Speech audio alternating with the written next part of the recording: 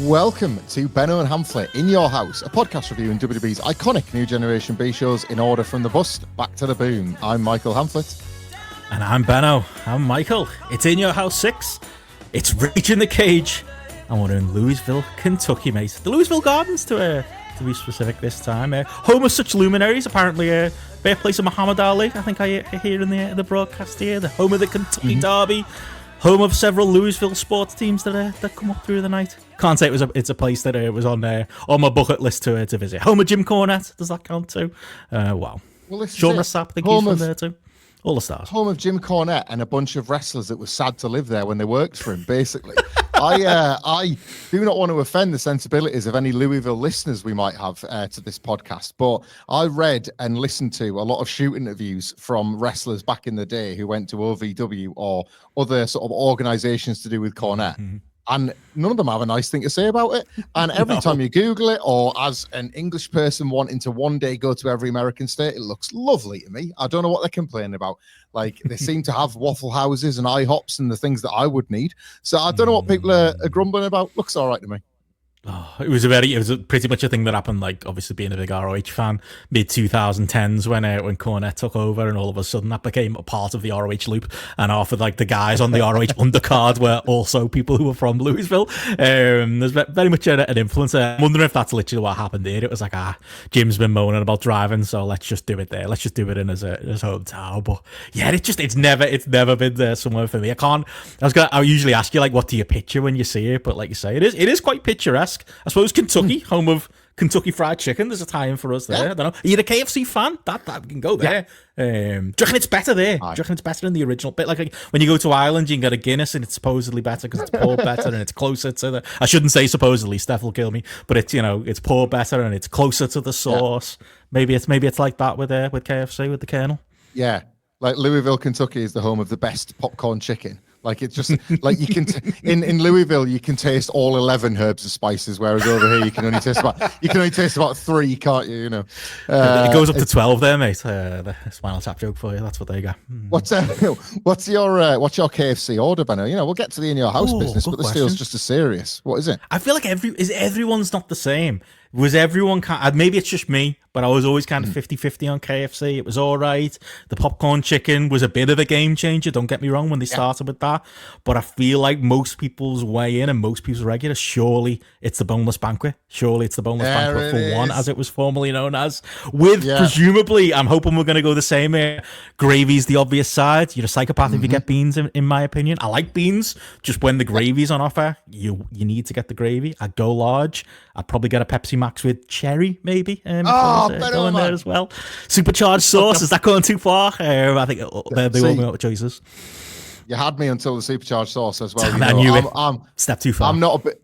Every other bit of that meal, you're basically ordering on the screen and you're pressing +2, but you're just changing one. This is where I go, and I acknowledge that this is a me problem, not on anybody else one, because I don't like beans full stop. But like, I'm going with the gravy. I love KFC gravy, but I'm taking a left turn and getting myself some of that KFC spicy rice.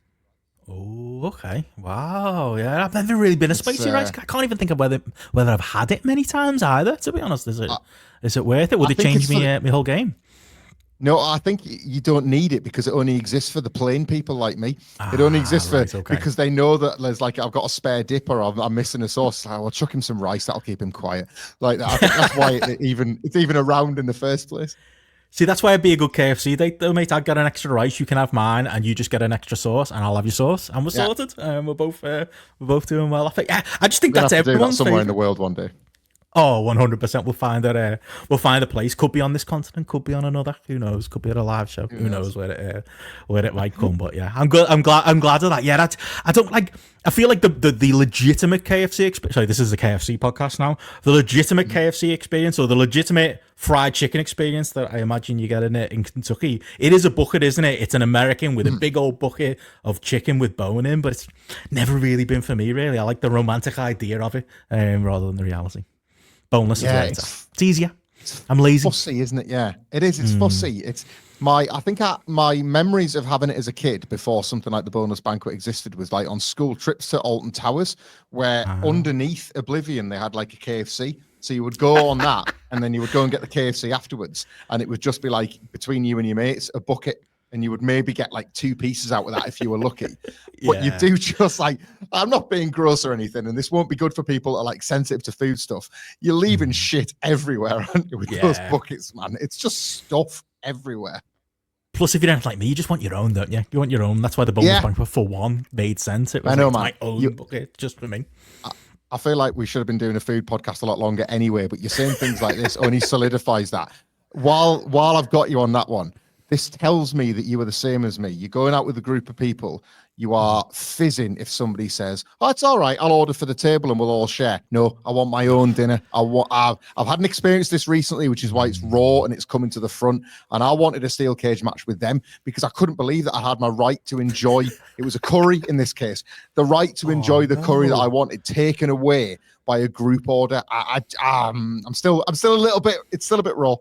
I can imagine, like, it's one of them. If you wanted that, order it for yourself. Like, why do you need some man? I'm sure it's like literal episode of Gavin and Stacey, isn't it? But I totally agree with the sentiment behind. Oh, totally. It's like I'm not one of them people, or maybe I am a little bit, who's watching the bill at the end, going, "Oh, I've paid more. I only had a soup, and I'm paying more than he is, or I'm paying equal than he is."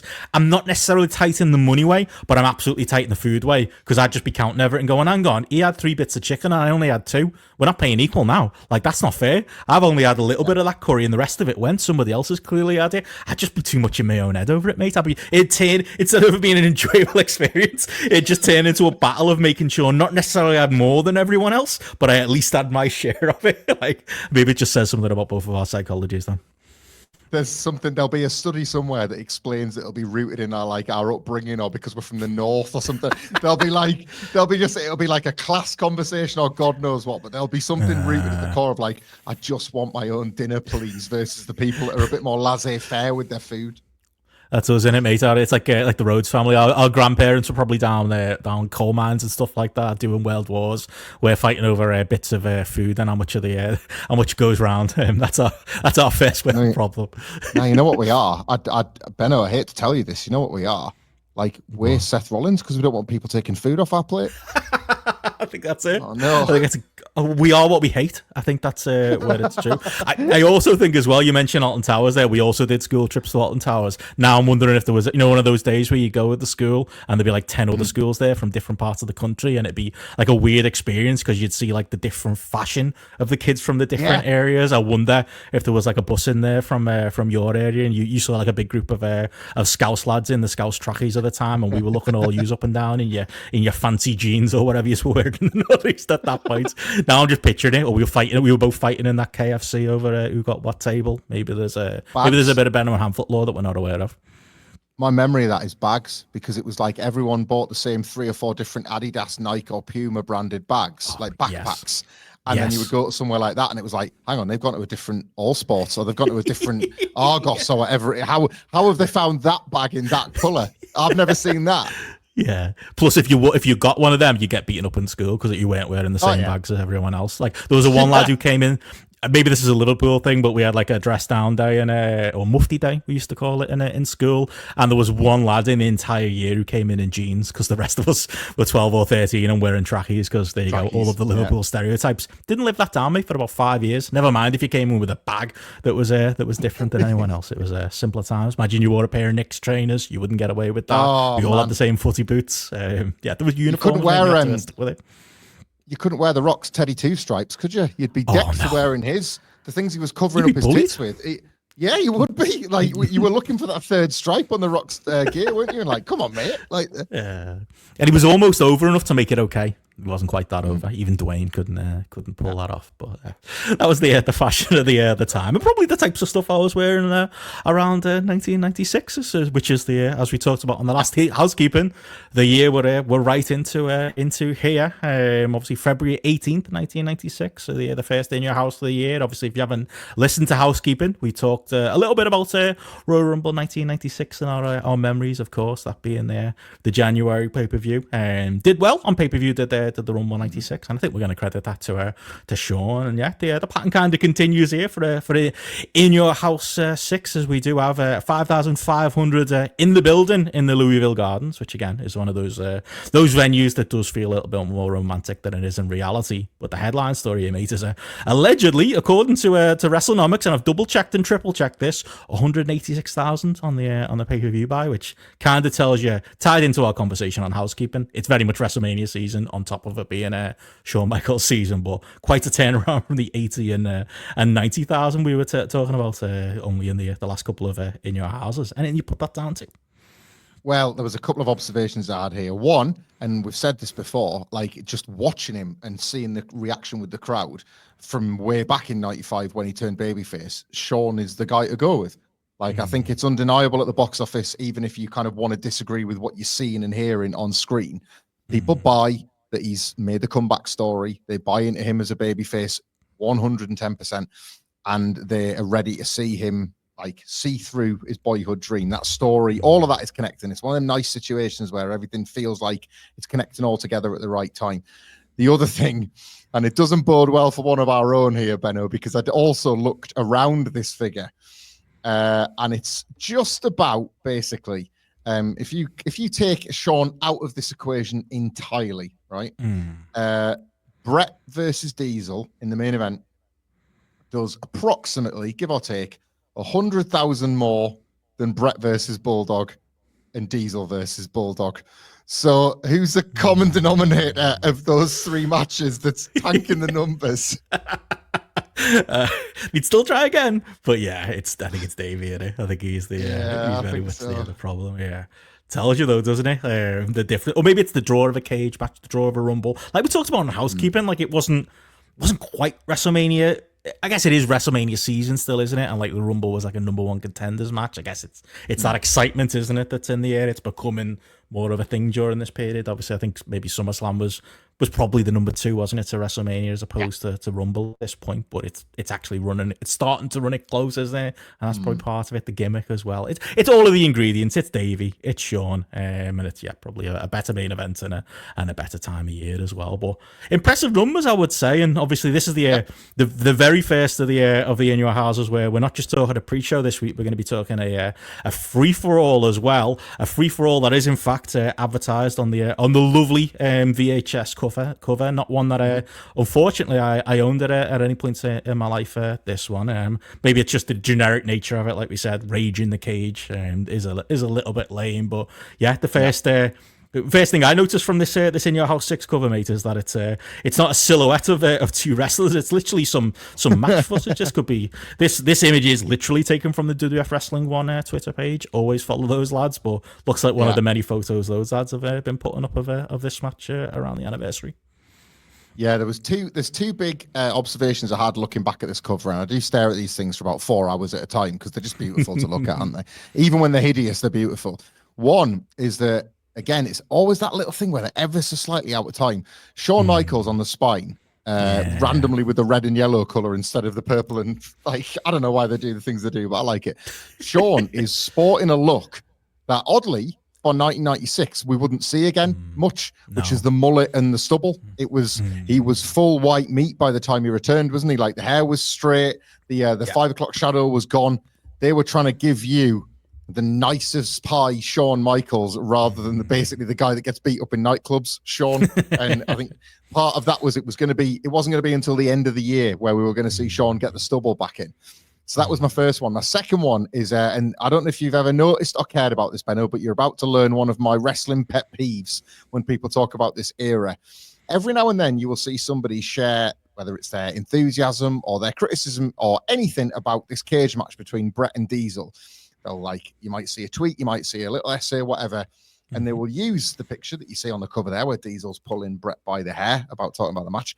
It's not from the match. Oh, shit. It's not looking at the elbow pad. Yeah, it's not. Oh, wow. It's not from the match. It's a different cage match. And I always have a little bit of a lack of trust for people's sincerity when they say, oh, great spot. Well, it's not, mate, because it's not from this match.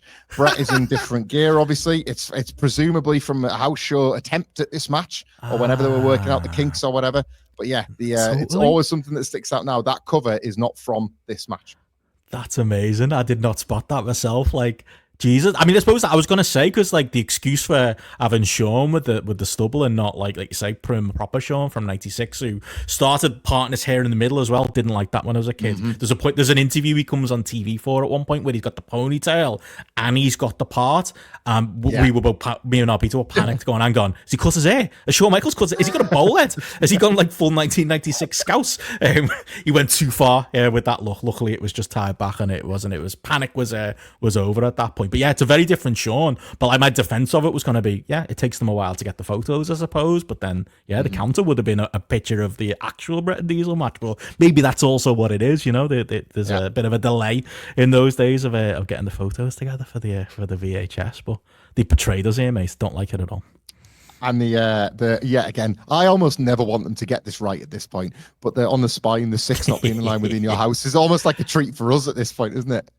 Definitely, yeah. They've got to do that, mate. It's part of the charm, part of the aesthetic, part of the clip art that helps them put it together. But yeah, it does have the list, however, slightly altered and not quite aligned of the matches on the card on the back, and does include, like we said, for the very first time, mate, and it's there in nice yellow, free for all, which is the matches included it. Like I say, it has got on here the entire event, video exclusive, exclamation mark, exclusively for this video. So they're making a big deal of the fact that this was here, which of course would have been gold dust for the likes of us, no pun intended, over the time as well. But we have been excited about this, mate, to get into 1996 and have a free for all to get into. You know, we like the Sunday Night Slam. You know, we enjoy any pettingill that we can get. Even you go on YouTube, you can find like the little 2-minute previews from WWF TV. When the pettingill ones, they're great. When the Doc Hendricks, not so much. But yeah, very much leaning into the pay-per-view era and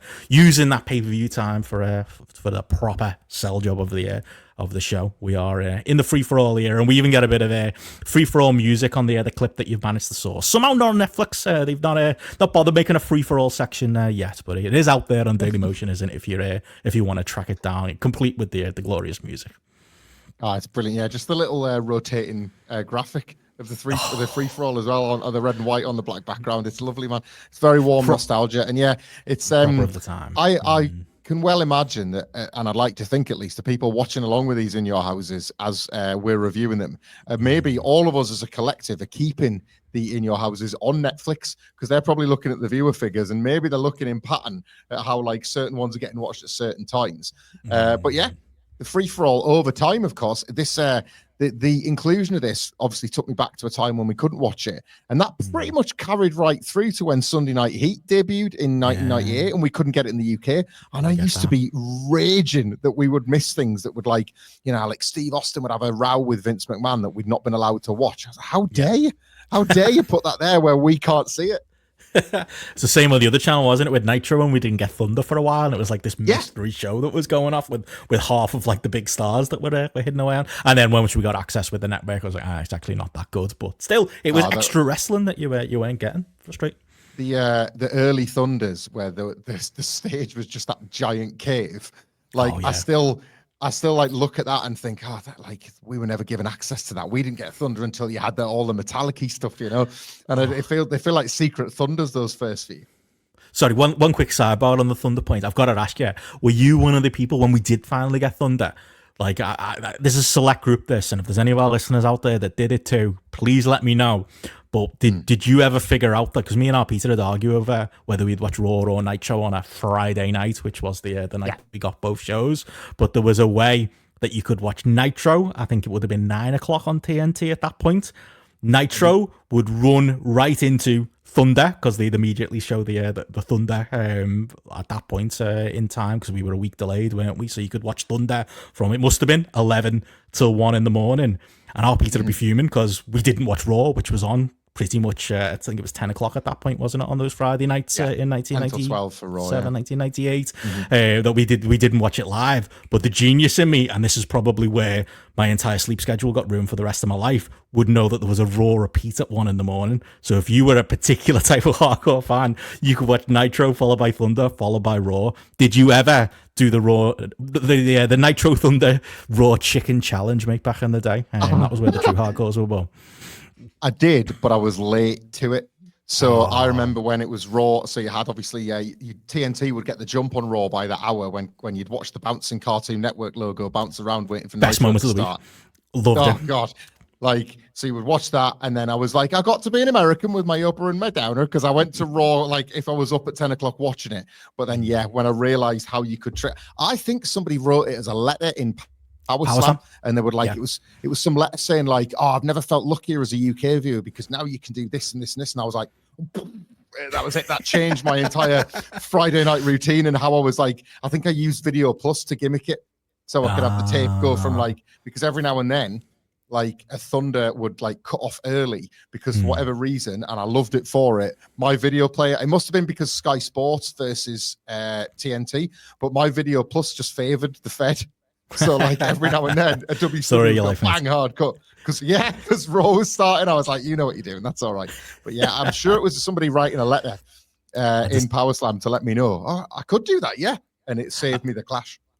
I suppose it never really occurred to me that I could just do what the Americans were doing in this period and the period we're talking about today, in that you could just change the channel when you were a bit bored. For me, I was a completist, wrestling OCD. I needed to see the whole shows. What if I missed something if I was flipping back and forth on the channel? Americans just do that all the time. Apparently, they get bored with a match, they start putting another channel on, the adverts come on, they put another channel on. It's never made any sense to me, but very much a thing at the time. I think that's the difference between people that are just happy to watch wrestling and those of us that want to do podcasts about In Your House, to be honest. I think that's what it's how podcasters are bred. Podcasters, what is it? What's the other one? Born, not manufactured. That's what we are as podcasters, mate. We were always this way. That's the problem. But speaking of being completists, we are, obviously, we might as well talk a little bit of free-for-all. As, like I say, the other pay-per-view previews, sometimes they were on the night, sometimes they weren't. This one is very much part of the same broadcast. It's just a little half an hour. You did track it down, obviously, on Daily Motion. Still Todd Pettingill there presenting it. Lawler and Vince are on there, obviously plugging the big match that we get on this free-for-all as well. But outside of that, a lot of the same video packages, isn't it, that we would have seen. You know, the Diesel and the Bret Hart video is pride of place on this. We even get double Bret. We get double Bret promos with double endings. It's I'm seeing double. It's 6 Brets. You get it here with his "You're going down" line at the end of both of these promos. You get multiple everything, mate. More. That's what you're getting with these free-for-alls. He's trying that catchphrase that you used on Bulldog In Your House 5, isn't he? Where Diesel can train in vain, but I'm Bret and I refuse to lose. And it's like, oh mate, I dropped that one. That's the excellence of execution, but you're not the excellence of elocution. I would drop that. I like to imagine there was a conversation backstage with him and Ahmed. He was like, just use on this free-for-all, I ended up promo with "You're going down." I think that might work, mate. Just try and get the crowd to chant it. They might be into it. Could work. Just passing the knowledge on, I think he'd suddenly stumbled upon "You Can Train in Vain" because somebody had told him in December, oh, when you and Shawn wrestle, it's going to be like big training montages and you're going to look like, and he thought, right, how am I going to cut this little bastard down because they're going to film him doing upside down chin-ups and I've got a hobble on the snow in Canada. If you don't recreate that, mate, if you're when you're there, I'll be very disappointed in you. But maybe that's it. Bret, he's always thinking a few moves ahead there, but he gets his extra TV time here. But obviously the big build that we're getting here is obviously the big free-for-all match that is advertised on the VHS here. And like I say, never been so excited, mate, to see a Jake Roberts singles match against Tatanka. Like we said, it's more everything, isn't it, mate? Even if that more means that a 5-minute snooze fest. And in fairness, the first appearance, I think, and the first conversation we'll have about T-shirt Jake here in his Primark tank top, mate. Were you invested in the Jake the Snake Roberts story in 1996? Right, well, do you know what I was? There's the truth. Yes, I was. The pop he gets at the Rumble 96, let's not shy away from that. That is a monster response. Like he brings, it's an old, it's not the Snake that we'd become familiar with, and indeed we'd see here in Revelations. He just brings an old-fashioned Damien-looking Snake out. He'd been gone. I hadn't seen frigging Smoky Mountain Wrestling in 1994 against Dirty White Boy. It was Sting that I last saw Jake Roberts in. So he was out of sight, out of mind for me. And yes, he looked older, but time, as we've talked about many times with yourself and Matt, he worked differently back then. It was okay for a man to look 40 years older after 4 years. So Jake, looking like an older man at the Rumble, was absolutely fine. He had his top on and he had the lovely snake print. Do you remember? Like the snake print pattern on the front of his top. I was like, you know what? That's modern Jake Roberts. I'll take that. what the fuck has happened here? Like, I didn't know this, but like that Rumble thing was a oneer, and then he got signed here. So it was like, I thought he just comes back at the Rumble, he's got his new deal, and they're going to do a Jesus like story with him about how he's found God and he's kicked the habit and all that sort of stuff. And we're not here. I'm not here to body shame, first of all, nor am I here to like mock a man who was already battling with addictions that he was telling everybody that he kicked, right? That's all. It's Jake Roberts. All of that is out there. But at least wear your snake print t-shirt, mate. This green top he was wearing, I felt like a bit like embarrassed for him. It's like it had been a month since the Rumble, and it looked like it had been 5 years. And that's the thing, you say he comes back at the Rumble, and like, yeah, that was less than 5 years, but obviously time moves differently in the 90s, and it might as well have been, in fact, it would have been less than that, wouldn't it be like 3 or 4 years? But it probably 4 years. Yeah. It felt like it'd be 400 years, you know, at that point. It felt like it'd been 20 years, so it did all fit that he was this aging veteran coming back for this one last run. But yeah, like, he's clearly gone to like the Kentucky, I assume they had a Walmart at that point, and gone, okay, be tight to this colour, so I'll just get a vaguely looking t-shirt that looks the same, and I'll cut the sleeves off, and that'll be my ring gear. I don't know what he's thinking here. I will say as well, on that time front, do you know how old he is at this point in, not to go full grapple, in doing his old man, you know, one last Terry Funk run type of character he's doing here? Go on then, hit me with it. My age, mate, he's 40. Oh man, it's terrifying. 4 years old. He's terrifying. He looks like he could be another 20 on top of that. So yeah, to put this in perspective, then, so he's 40 here, right? And yeah, you pointed out, so it was Halloween Havoc 92 against Sting that he disappeared from view, right? So it's not even, you're right, it's not even 4 years between that and the Rumble 96. It's 3 and a bit, really, 3 and a bit years. Scary. Right? Edge came out of retirement as we record this 5 years ago. So Edge has been out of retirement longer than the gap between those Jake Roberts appearances. And oh my God. Jake's lived 100 lives between Halloween Havoc 92 and the Rumble 96. And in fair, he probably had at that point in his career. Because I will say as well, I bought into it all, just like the Fed did. I think what happened was it was like that, you know, that Marty Jannetty comeback match with Kurt Angle. I was like, we better sign him. He's fucking great. Oh, and everyone was like, he was in there with Kurt Angle, mate. With Jake, it's like, yeah, he was in a Rumble. It's not quite the same as asking him to work a full singles match here. But I was right along for it. Like, as much as I was cheering Shawn, and you know, when it comes to the King of the Ring that year, I was cheering Jake as much as I was cheering anybody else on the roster. Like, I bought into it. I bought into the fact that it was this one last radio, and he was like this sad old cowboy who was coming back into town. Like, it did work. It absolutely did. It was just, can he actually deliver in ring? Can he actually deliver on that promise? He can't even deliver on bringing his ring gear, unfortunately. Do you know what blew me away in this one? Because we're talking about how this match was pretty nothing, wasn't it? But you know, Tatanka, who is somebody else that we've not really had any mention of since he was mixing in with Sid in our first couple of episodes. Basically, he's as good as done, having had a little break from the company because of some legal issues that he had to deal with. But what really kind of worked for me on this one was how like there's a little bit of overlap, obviously, with Jake and Tatanka's manager, Ted DiBiase. And Vince McMahon says, they know each other extremely well, but he cannot go any further because he'd have to acknowledge just how far back into the bag he's reaching. Like, these two had a match at WrestleMania 6. And if you think 4 years is a long time in the early 90s, 6 may as well have been in caveman times. Honestly, Vince cannot be mentioning Jake and Ted at WrestleMania 6, can he? Like, Ted's this manager now, he's this corporation guy, he's donezo. And then Jake's in the ring, and if Vince allows us kids to think about that for too long, he's like, "Whoa, shut up! It's different. I promise." Like, but there's this little moment, this look between Jake and Ted where it's like, "There's the old rivals, there they are," and you're like, "Oh God, it's weird. It's weird." Maybe it's trying to do that, maybe to pull back those old fans, because he's not the only 80s WWF guy that comes back on this. Indeed. Or is it involved in this show as well? We've got more to get into, but yeah, like that's totally it, I think. And it's just, Jake probably should be on the outside with Ted, because the match itself, as you've said, like all Jake has got at this point is the DDT teasers, isn't it, and his snake. Like they're the two things. It literally starts with his entire shine in this match is the DDT tease, because that's what gets over with the crowd. Because in fairness, they are still there for the nostalgia pop for that, aren't they?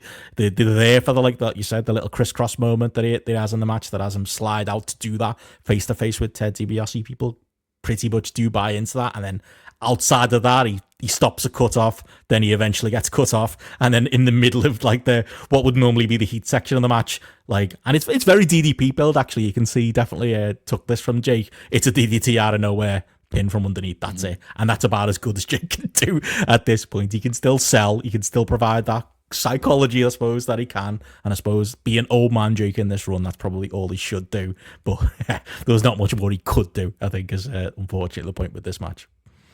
I've never heard him speak on because you're right, there's no to it, and like I've never heard him speak on whose idea it was. I don't know if it was his or if it was a WWE thing as a way to like try and modernize it. But Revelations, the albino python, was a good idea, wasn't it? It did honestly feel like it created separation between like old Jake and new Jake. That he opens the bag and it's like, Jesus Christ, what is that? Like I did genuinely like that as an idea. Like when they were getting this new baby face kind of like born again Christian version of Jake over. I remember the magazine cover where he had Revelations around his neck, and because of the yellow and it was on his gear, it did feel like an updated Jake. And I thought that was a nice bit of business. That yeah, it worked, and like I say, it's always good for a pop, isn't it? It's like it's Chekhov's snake. It's in the bag, therefore the crowd are going to pop for it. And then when you pull out, and Revelations is so fucking gigantic, it's almost scary. Probably not a great life for the snake, unfortunately, being tied to Jake the Snake in this period. No. But it still there was still money in it as a gimmick, and it's fine for its spot on the card. It didn't need to be a great match, did it? It just needed to be what it was, which was a Ted DiBiase schmuck jobbing to an over Jake the Snake. But yeah, that's kind of the match we get. But it's a bonus match, so it's an extra, and we'll have some more, I think, interesting matches like that in the free for alls coming forward. But free for all doesn't end there. We do get a little bit of a hard sell for. Feels like Top Bettergirl's trying to sell the fact that if you've never watched WWF before, if you've never heard of it before, guess what? In Your House is coming up. You should buy it. It's like, who's watching this? Who doesn't know what the WWF is or has never watched a pay per view? I don't think this is going to be many people's intro, but he's doing his best on the hard sell. God, I've got this in my notes. I've just got, God, he's good. He goes into like forensic detail of like the admin of pay-per-view just in front of the camera. Like he's trying to reach into your nan's house and explain to her how to order WWF. He's what a valuable asset this man was, honestly. I was thinking that, like, he's so good at working the crowd as well. And I feel it feels proper if I was there in that crowd and he came out to me, oh my God, I'm really on a WWF show now because Pettingill's here and he's the one jazzing us up. He's very, very over the time. Speaking of over the time, did you catch the sell job for the if you send your pay-per-view bill over, you could get yourself a complimentary copy. Was this an AOL internet dial-up CD? Said you got 10 full hours, I think, of internet of the time. Imagine a whole 10 hours to browse on the internet. You could get it too if you buy this WWF pay-per-view. Bloody hell, throwing all the bells and whistles at it. We had fucking free save over here. They were getting AOL discs chucked at them during WWF pay-per-views. That was it. Free save penny a minute would give you 10 hours, but it'd give you a phone bill to get your ass kicked for when that comes through the post, wouldn't it? Like we all remember our first free save accounts. Yeah. Or your parents thinking that you're disconnected and then they go to pick up the landline and hear the internet noise buzzing through and you'd gone back out and switched the wires over and hope they hadn't noticed. Ran out of that. 10 free hours of AOL. Like me and you could probably record 1.5 podcasts with that free time. We could fit that in. Oh, bloody hell. But yeah, that was it. That was the time. And then, 10 hours was plenty for you to browse those AOL chat rooms. More on that. I mean, let's be honest. It was just pictures of Sonny, wasn't it? That was all people were doing for 10 hours. Like most of those perverts that were downloading her only needed 30 seconds. 100%. But yeah, that was obviously hard sold, and obviously we had a bit of a recap of obviously the Shawn story, including, like I say, the press and press conference where he's just unbelievably sad for some reason and very stoic as he announces his entry into the Rumble. Much more update in his little promo he does with Doc Hendricks here, where they're basically flirting at this point as Doc Hendricks looks lovingly on at Shawn in his nice little baseball hat. I noticed as well, and it's going to be a theme for a while at least, until you start to see the man unraveling in front of our very eyes. But I love Shawn in this period because he's trying so hard to pretend he's not a bastard, and then it'll just like sneak out. Like he'll be sort of like, "Oh, it's great, Doc." He's got his arm around. You remember like how him and Diesel would bully Doc, but now he's like, he's had a shave, he's got his part in, he's got his straight hair. He's like, "Ah, it's great to see you, mate. Coming in. I'm the kingpin, but you're pretty cool too. I'm looking forward to WrestleMania." And then he's like, oh, and then at the end he just says something like that line he always uses is that, yeah, why, Doc? Because I can. And there's that just a little bit of arrogance sneaking out that he would eventually use that as a heel line when he's turned like a year and a half later. He can't help being Shawn, but I love him trying to be like the nice guy version of himself. Shawn in the night is the best guy, and he's unbelievable. He's so magnetic. Like you cannot take your eyes off him. It's great because there's value as a kid because you just think he's cool, and there's value as an adult because you're realizing, oh, maybe I just thought he was cool because he's got this like veneer. There's this veneer of being a good guy, but you kind of didn't really know that he wasn't. I think it works in both ways. You know, when he's got his arm around Doc, he's leaning on him, and there's a bit more pressure there than it appears on TV. But yeah, doing his best to be happy, clappy Shawn here, and yeah, that goes pretty much into a recap of the Vader and Gorilla Monsoon angle. I'd forgotten Gorilla chops him first. I feel like Vader was entirely justified. I'm on Jim Cornette's side on this one, and obviously it bleeds into the to an in-ring segment, which they're still hard selling, mate. They're still it's the equivalent of the you'll get your Shawn Michaels update on the pay-per-view itself. Promise, guys. As Vader does come out in his leather jacket, which is obviously covering up that he's had a bit of surgery recently.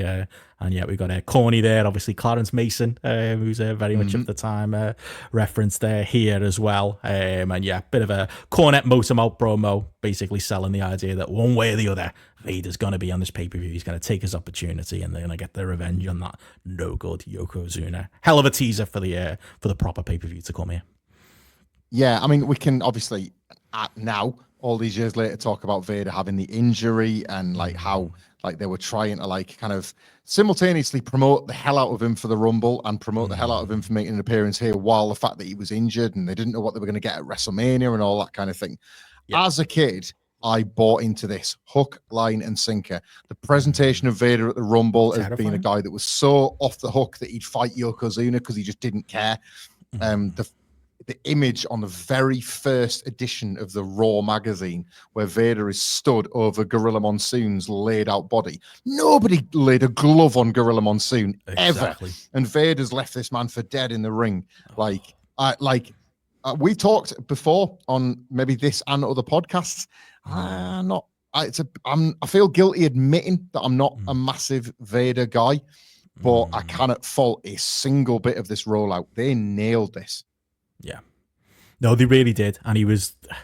It's a shame how it ends with Vader, but like, yeah, coming in, and I was thinking, did I know him at the time? Well, yeah, I'd been watching those tapes of WCW. I'd have seen him as Big Van Vader squashing 3 people on Saturday afternoons on Granada when they'd show the odd WCW Saturday night. Like, yeah, they couldn't have done a better job. Make him seem like a beast, make him seem like the biggest threat to Shawn Michaels, and know when you get older that they're doing it with smoke and mirrors because he's constantly injured during this period. On top of everything, it's just brilliant stuff, and he's such a monster that he carries it anyway, and he's just a terrifying force of nature. And yeah, the gorilla stuff is brilliant. It felt at the time real. It felt like nobody. It was like someone putting their hands on your granddad. It was like that doesn't happen. Like nobody puts their hands on Gorilla Monsoon. It was sacred. It wasn't something that happened every week. It was something they kept well away from. And yeah, it was literally everyone's nice granddad. Gorilla Monsoon made the perfect foil for Vader here. It's just superb stuff. Yeah, absolutely loved it. You're right about the Shawn thing, didn't it? Like you knew, even your kid brain knew, like that down the line, like he's going to be a contender. He's going to be. He's not fighting for the title now, but in 3 pay-per-views time, they're going to be putting him in the mix or whatever. You just knew that when they brought in a character like that he was. It's like when Yoko debuted, you were like, that's trouble for Bret. Yoko's going to cause me some problems. Like you do. Yeah, it was rather than being exciting, it was genuinely a threat. You were genuinely scared of the day that came, and that's the best job you can do with a baddie, and that's what they were selling here going into the pay-per-view itself, which does start up. We've got some great logo chat to get into here, mate. It starts with Sunny on the beach first, because again, 1996, and she welcomes us to the show. We do get our dramatic music, Bret and Diesel intro once again. About the third time I've seen this, but nothing wrong with hard selling. You're alleged main event. We'll get to that later. But yeah, the main event for me of the intro to this show, before we get to the commentary team of Vince and Lawler, I was just laughing my head off at this as the In Your House logo. Spent a bit of money on this one, mate, and it ends in a way that you might not expect. Logo watch gets pretty dramatic this month with shades of Survivor Series 1999, because our old friend, the House logo, rings the doorbell but isn't invited into I've lost track of the law. I'm sure this house used to own this house, but it doesn't anymore, because it's trying to get in. Maybe it's split with its partner or something, because it's ringing and maybe its partner's changed the locks. So the house is ringing the house's bell, gets no answer, goes to the garage door, at which point the garage door opens up and a car speeds and runs the In Your House logo over. What are we supposed to take from this? It's so random, isn't it? It's just like, yeah, who's the babyface here? Like, are we supposed to be happy that a car ran it over? Like, is somebody in the production team sick of that fucking logo? The speakers, like, sick of slaving, putting the hours in to make these logo intros, and they want to kill it off. Like, I'm genuinely, this is the most invested I am now in this In Your House, because I can't remember. Does the house survive? Is this the death of the house? Does it make it to In Your House 7? Good friends, better enemies. I really want to know what happens next. How'd you bring it back? Is it flattened like Flat Eric or something? What are we doing? I am promising you, when I say this, it took all my willpower when I'm watching this not to just stop and go to the next In Your House and be like, where's this going? I need to know. I swear, after we finish recording, I'm probably not going to go straight on to In Your House 7, but I'm definitely going to watch the first minute and a half. I need to know. Like, I'm on tenterhooks over this. I just really quickly as well, because we take the piss out of these logos, and it's funny to like live through the lore of it. This video intro is the first one that we've had where it's the WWF love this in 1996, and we love it too. The dramatic music, the black and white pattern, and the voiceover like speaks, where they have a pattern that they like, where they repeat the same question over the champion, the challenger, and in this case, the Undertaker as the Spectre looking over both the champion and the challenger. Like, this one was like 3 men bound by dynamic passion, 3 men, 3 men, this man, this man, this man. And you will see that pattern over and over again. And it's always class. Like, I am a sucker for these every single time. There's a one we'll never cover, and it's for SummerSlam 97, and you might remember it, and it's If Life Were Fair, and it's about Bret and Undertaker and Shawn, and how life's not fair for any of them anymore because it's 1997 and everything's gone dark and it's all gone to shit. And it's just like, this was the start of that. And again, I have to credit, like, I sort of have to credit WCW with making like them pull their finger out in every aspect. Make this feel can't miss. You cannot just rest on your old laurels anymore. And you got Jim Johnston in the background pulling out. It's like Epic 2.wav, probably be .wav, not MP. It's like dun, dun, dun, dun, dun. That one makes it feel important, doesn't it? It adds layers to it. It makes it all feel very serious. Yeah, goosebump stuff. Not the last time we hear that song tonight, but yeah, cracking intro to the show. I did feel like, did you feel this? Maybe it's my Netflix account, but worse video quality on this copy of In Your House than any of the ones we've gone to before. I don't know if you noticed that. It felt very grainy. It felt very much like it was literally the pay-per-view that somebody had taped off the telly, and they've uploaded it to Netflix. Maybe they didn't have the proper hard encoded HD copy here. But yeah, we've said this before, haven't we? Like, what is it about the In Your Houses where every now and then there's just a video audio drop off that you just never get with WWF at peak production, and yet these In Your Houses is where they're always a bit guilty of it. Like, we had the thing last month where they did the Buddy Rydell thing at Seasons Beatings, where you'll often hear Vince like when you're not supposed to, or the sound just cuts out, or things like that. I don't know if it's budget. I don't know if it's still in the water cooler budget era where they're still making these little errors and they haven't got the money or something. But In Your House feels like you get a few like this, and you could see this throughout the show. Yeah, definitely. Maybe they were storing this one in Jerry Briscoe's garage. Maybe that's what's happened, and that's where they've gotten the tape from. But like I said, we do have Vince and Lawler on comms here, and that's where Lawler does run through a few Kentucky references, the Kentucky Derby, the birthplace of Muhammad Ali, all of that stuff. He's very excited to see Turncoat Yoko as just desserts, and also for Razer to land in Pampers, which is a great intro to our very first match here, mate, as we're paying off a story that we've been following here, and the unfortunately not vaunted and not brought back really at any point Crybaby matches. We have Razer Ramon and the 1-2-3 Kid. Very interesting point in everyone's career here. Obviously, Razor's not far away from giving notice. We're going to be covering that scene. So is Diesel, and Kid is not long for this world either. But obviously, the real life stuff's happening. The build, obviously, in the background is obviously a lot of the TV is Kid just randomly deciding to attack Razor with a pram with some milk. Feel like he pulls some rusks out at one point. It's very baby pilled to build to this Crybaby match, which again, if you believe the stuff that's happening in the background, maneuvering with the click, they weren't hugely big fans of this. Kid himself wasn't a big fan of doing this story, but they have been planting the seeds for it. It's been an interesting one to follow across these In Your Houses. Yeah, it's weird, this, isn't it? Because this sort of feels like, do you remember when John Moxley was on the Chris Jericho podcast and he told that story about how it was a pooper scooper, wasn't it? He said, you got to get this line out, because if I say pooper scooper, they're going to give me a physical pooper scooper. That prop is going to appear in my notes next week for Raw. That is how this company works. Yeah. Kid and Razor were telling, and we put this over on the prior podcast that you can go back and listen to, quite a deft little story of how the Kid was being a little bit of a whinger, a little bit of a baby, because he was trying to burst out of the shadow. He was sick of being the Kid and Razor not taking him seriously. And in their minds, they were probably thinking, we're crafting a good story here. When we do have our match and I have turned heel, it's going to be about how I need to grow up and I finally need to beat you conclusively. And that's going to be the story. And they've said baby once too often, or the Kids looked like he's putting a bit of or like Razor Ramon when he's lost the title and we saw him flip his lid and he's throwing monitors around. And the Kids probably said, you're crying like a baby, Razor. They've just said it once too often, and that's gone through the Vince McMahon filter. And all of a sudden, rather than a steel chair, he's hitting him with a push chair, and it's just like that. It's become something that they clearly hate rather than what they were enjoying working on. Yeah, it feels just purposely embarrassing in a lot of ways when we get to the finish here as well. So yeah, there's things that Razor wasn't happy with doing that I don't agree with, but this one I could kind of see the point in it, because like you say, it's so on the nose in the build. And even in the match itself, as they get to it, Kid opens it with is it a stuffed teddy that he's got there that he's threatening Razor with again? It's just we're on the nose, aren't we? Trying to rip the head off, and he cannot do it, and it's come on, mate.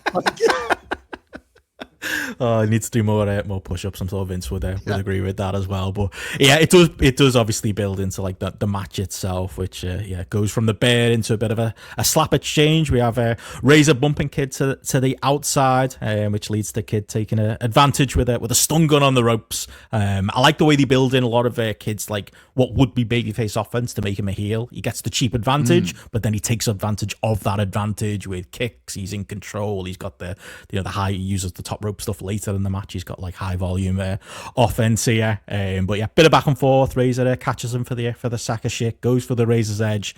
Kid powders, and then that literally leads to some powder, as $1 Million Man, pretty much in view with the referee. You'd have to be, there's some very AEW level officiating going on through the night here, does to give Kid the advantage in the match, and I guess to give Ray justification to go on a bit of a sell, which he never did for poor Shane Douglas. It's a full-on powder spot early in the match. Bit of an odd one really, because they obviously go back to the spot later on, but yeah, maybe it's that to justify the little man getting advantage over the big man, and it can lead to Kid hitting some of his more fancy stuff here in the middle of the match.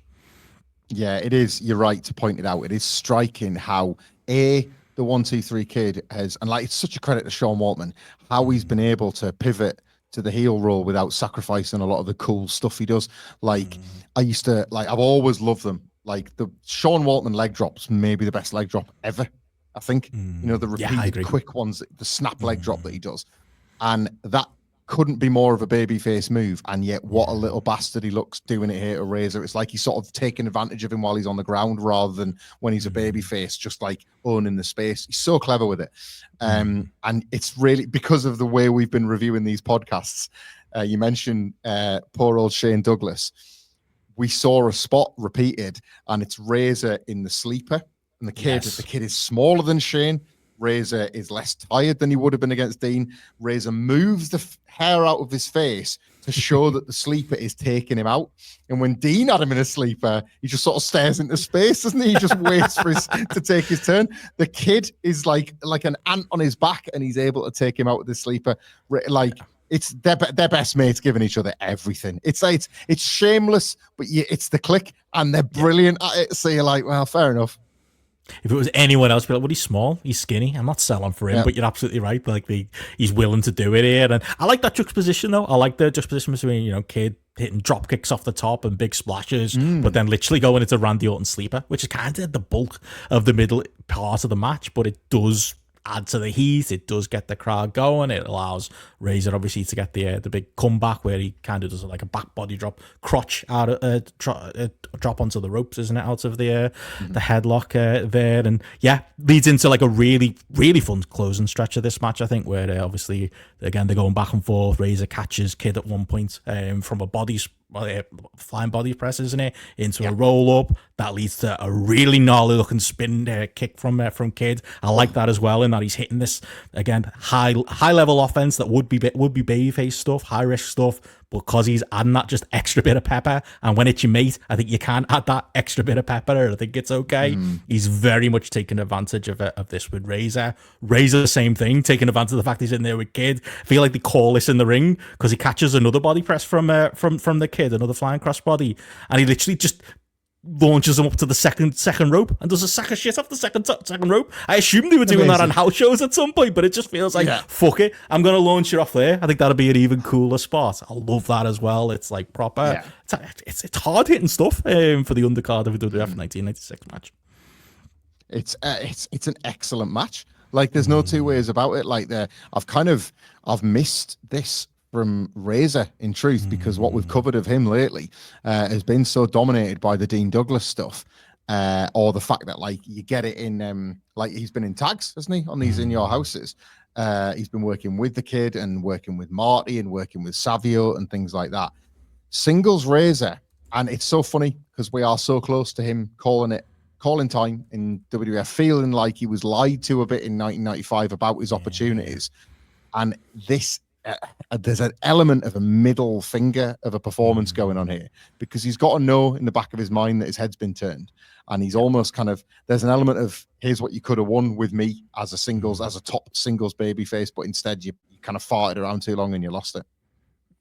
That's it. And it kind of buys into the finish itself. Obviously, we got Razer on there on top again, and Kid goes for the powder again, which again is a bit weird to go for that second time in the match. But again, Chekhov's powder, Razer kicks it in his face, and he hits not one but two Razor's edges as he does pick him off the floor to very much kill him into the ground. The nice big payoff to this feud and to this Crybaby match. Doesn't he, with his hands when he's beating him. Brilliant. He's so cool.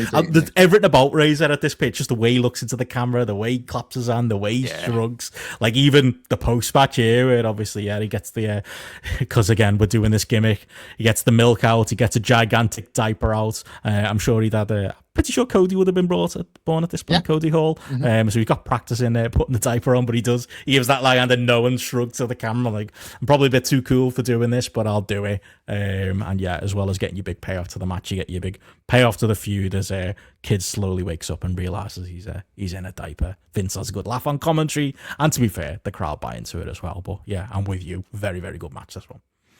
It's funny, isn't it, as well, the one sort of let off you can give WWF for this being the Crybaby match is that it's in Louisville, Kentucky. It's a very Southern Territory stipulation to do the humiliation spot at the end, that kind of thing, in the fans. It's almost like, even if you're Razer and Kid, the response that it gets, because they've at least bought in. I mean, Razer is literally changing the Kid's arse with a nappy in the ring, but because they've bought in just enough to the act, the fans buy into, and it does get a massive respect. It's Kid's selling it when he looks at the diaper.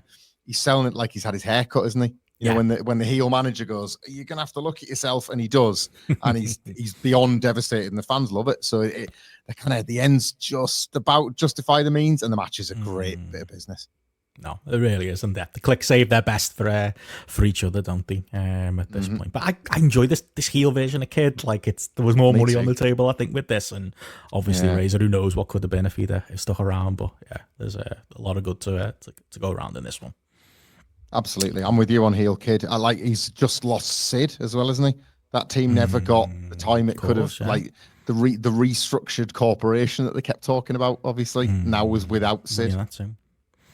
Definitely, but yeah, great opener to the pay per view. Unless you've got more on that one. Obviously, we were talking more of those two men and the exits of the company that are very soon to come in a forthcoming housekeeping. But yeah, onwards from there, we go backstage to in the superstar line area. We have Sonny and Ray Rougeau, who's cutting bad dad jokes, and they show a bit of footage of obviously Jake going backstage and scaring Sonny with the snake. Again, she's kind of the star of the show at this point. Is Sonny? It's like whatever excuse we have to put her on camera, they're gonna take it.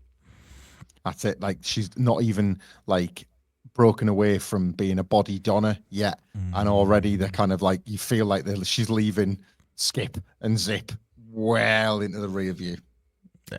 Very, very true. But yeah, we go from there into a match that I didn't expect to be one of the big blood feuds of the night, but it is in fact Hunter Hearst Helmsley making another appearance against, first time I think we're going to have a full flooded conversation about this one, Duke the Dumpster Droese. Sure you can go into more in the background in this one. It's mostly obviously on the entrances. Hunter comes out with Elizabeth Hilton. I'm not sure who that is supposed to be. We can fill in the detail on that. But while he's making his entrance, we have Duke the Dumpster Droese cutting a pre-match promo, and they show a bit of the highlights, don't they, of him being attacked by Hunter and having his head shaved, which is a bit random for this feud. And yeah, it's a new look, Duke the Dumpster Droese, with the haircut and this really weird green beige gear that he has on the show as well.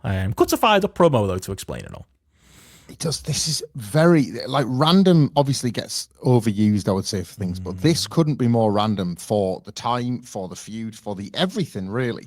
Like, where to even start? Triple H comes out with Elizabeth, was it Hilton, her name? But ultimately, this was the beginning of his start of coming out with like a different model every night. Obviously, we're going to get to how that brings in Sable and then how it feeds into other stories that he tells over the year.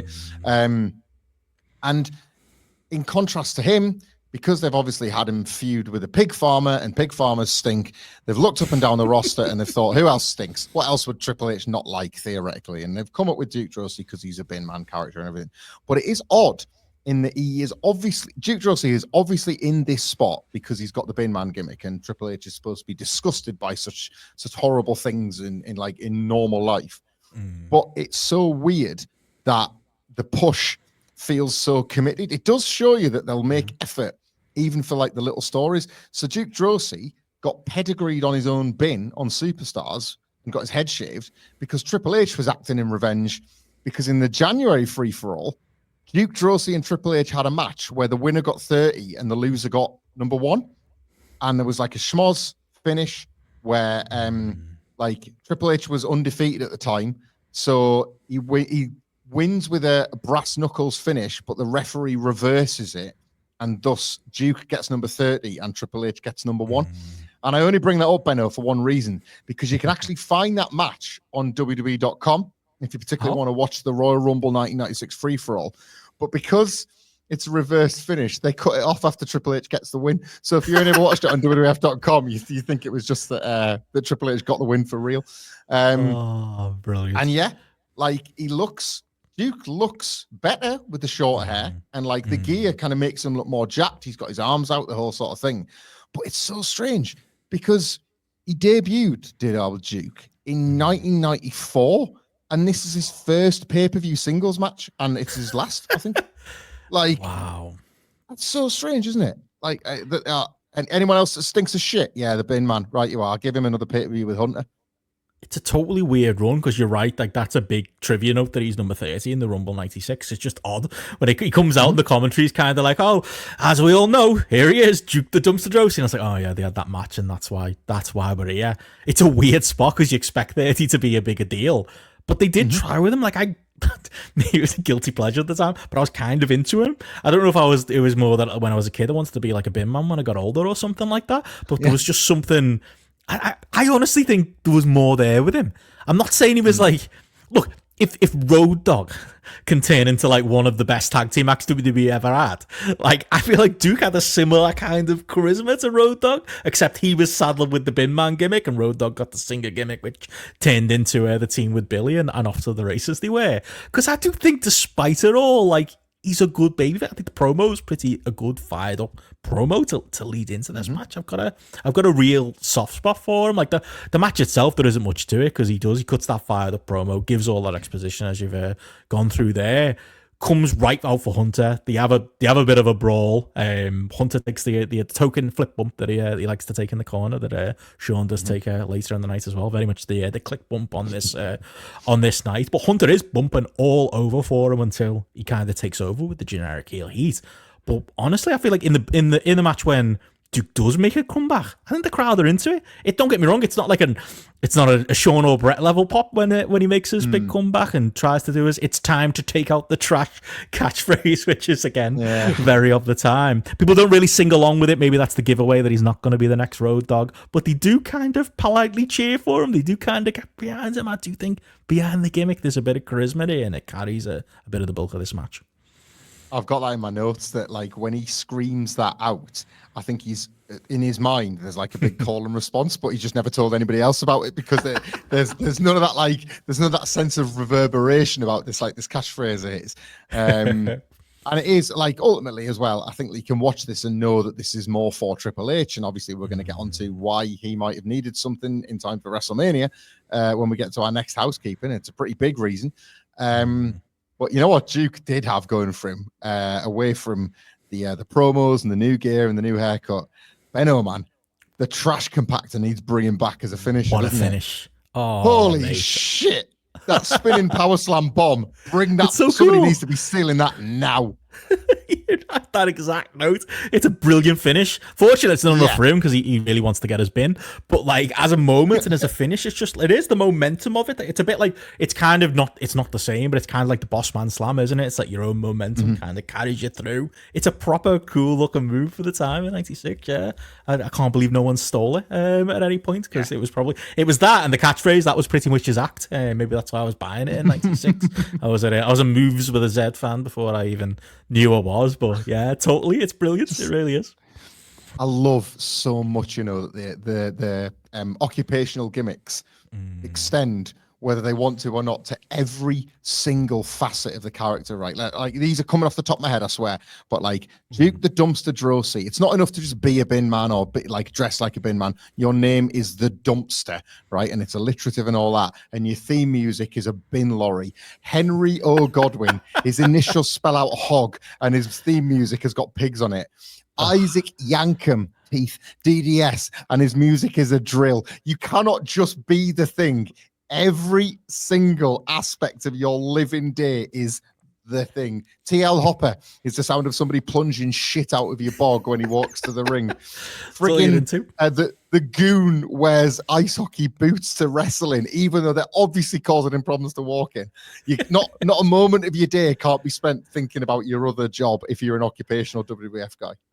It's like even in the promos, like every second line is like a pun of like, well, you're like day old rubbish. I'm gonna take you out, and it's just like, is that literally? Is it just your hobby? You're just really, really into garbage. Like, what is the kayfabe explanation for why this is your double duty job that you've got? It's never quite covered, is it? But it bleeds into the finish itself because, like, yeah, the trash compactor is a fucking cool ass finish.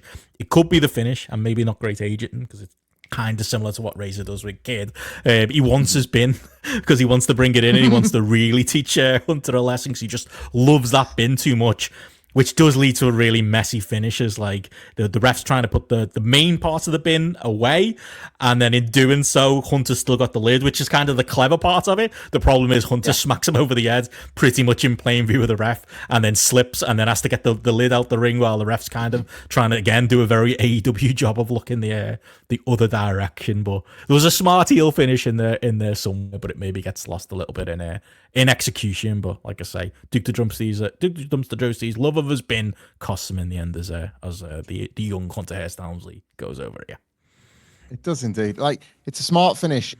Had it been executed correctly, but it's also quite I don't know, quite an interesting thing is happening with Triple H here, and I will never ever allow the story that he was buried for years to breathe. I think we're all old and wise enough to realize that burial is nowhere near the scale of the burial he speaks of. But what I will give him a little bit of credit for is that if you sort of go from when he kind of first turned up as a snob in mid-1995 to by the end of the year, he's worked through a lot of that, and he's actually kind of getting, well, very literally in the mud, but he's getting in the mud a bit with Henry Godwin. And then he wins here. Like, he's been pretty violent in his attack. He's cut the guy's hair, and now he's smashed him in the face with the bin lid. They are like rounding Triple H out as a bit more of a fully fleshed out. I mean, he's got something massive on the docket at WrestleMania, and he knows that's on the horizon, so he needs to be as dangerous as possible. He's not aware of how bad it's going to get.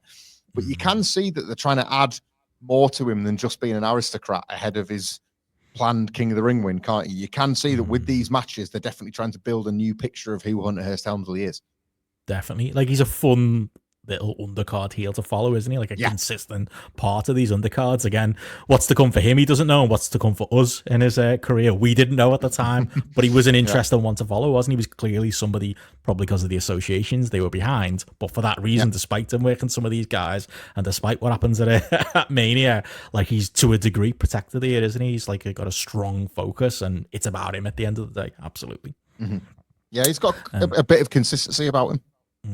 Definitely. But yeah, solid match, I thought. Duke the Dumpster Droese, we hardly knew ye. I can't believe, I actually can't believe he never came back, like in 98 or 99 especially, when Russo was like bringing in Blue Meanie and stuff like that. Like, you would have assumed he'd bring him in like as an evil trash compactor gimmick, or an evil, a bin man or something like that, or just some other gimmick where he comes out and throws his bin man outfit on the floor and says, "My real name is," and does like a shoot promo. Like, money was on the table for that. I can't believe Russo didn't pull out the hat. I tell you what he did do, because he worked the gimmick battle royal, and I distinctly remember the WrestleMania 17, and it was like, he looks better than 95% of the people in here. Bring him back. Like, maybe yeah, that's it. Maybe the Alliance could have used him or something in the summer. Like, but instead of Boss Man, it could have been Duke the Dumpster Droese. That's my fed. I'm going to start an EWR game now where I'm going to do it. Justice for Duke Droese. But yeah, solid little match. Gets the undercard heel over in Hunter, and like I say, leaves with the lady who, like, I did Google first. I was like, Elizabeth Hilton, is she part of, like, she Paris Hilton's auntie or something like that? No results on Google. Just a woman that he decides to give a name. But as you say, yeah, it does Rena Miro and some other interesting characters get that role as we go forward. That'll be a fun one to follow. But yeah, following that, we get a bit that screamed you, mate, backstage, as we get an animated, for the time, very impressive WWE merchandise store. In reality, the animation just turns into, here's a closet, we've got some sweatshirts in, but like, they put a bit of effort into this, mate. A bit of jazzy music here as well, as they try and flog the $29.95 Undertaker sweatshirts. Lets you know the haves and have-nots are, because it's Bret, Shawn, and Diesel are the only other options that you can get in those jazzy sweatshirts. But yeah, what a class advert this is for the merch of the time. I was reminded that you can't take screenshots on Netflix when this advert aired, because the amount of times I stopped and rewound and paused just to get the perfect shot of the image of the shop they created with the two WWF logos. Benno, I wanted to live there. That looked like my Disneyland. And when the doors opened up, oh man, when the doors opened up to this little shop, I wanted every single thing in there. I was like, I had my phone out, Dale, on 1-800-Titan-91 just to see if it was still live so I could order those denim jackets. Todd is great on the pitch here, but this is where we know for good we have to say farewell to Barry Dzinski. He's not coming back, is he? We miss Barry, Duke Droese. We're losing a lot of good ones here, man. Oh man, R.I.P. in peace. No one can sell like he quite can. What would you pick be of those sweatshirts? Would it be the Taker one that they were trying to flog? I like the Diesel one, a little bit out of date at this point in '96. It's the Diesel one for me. Shawn?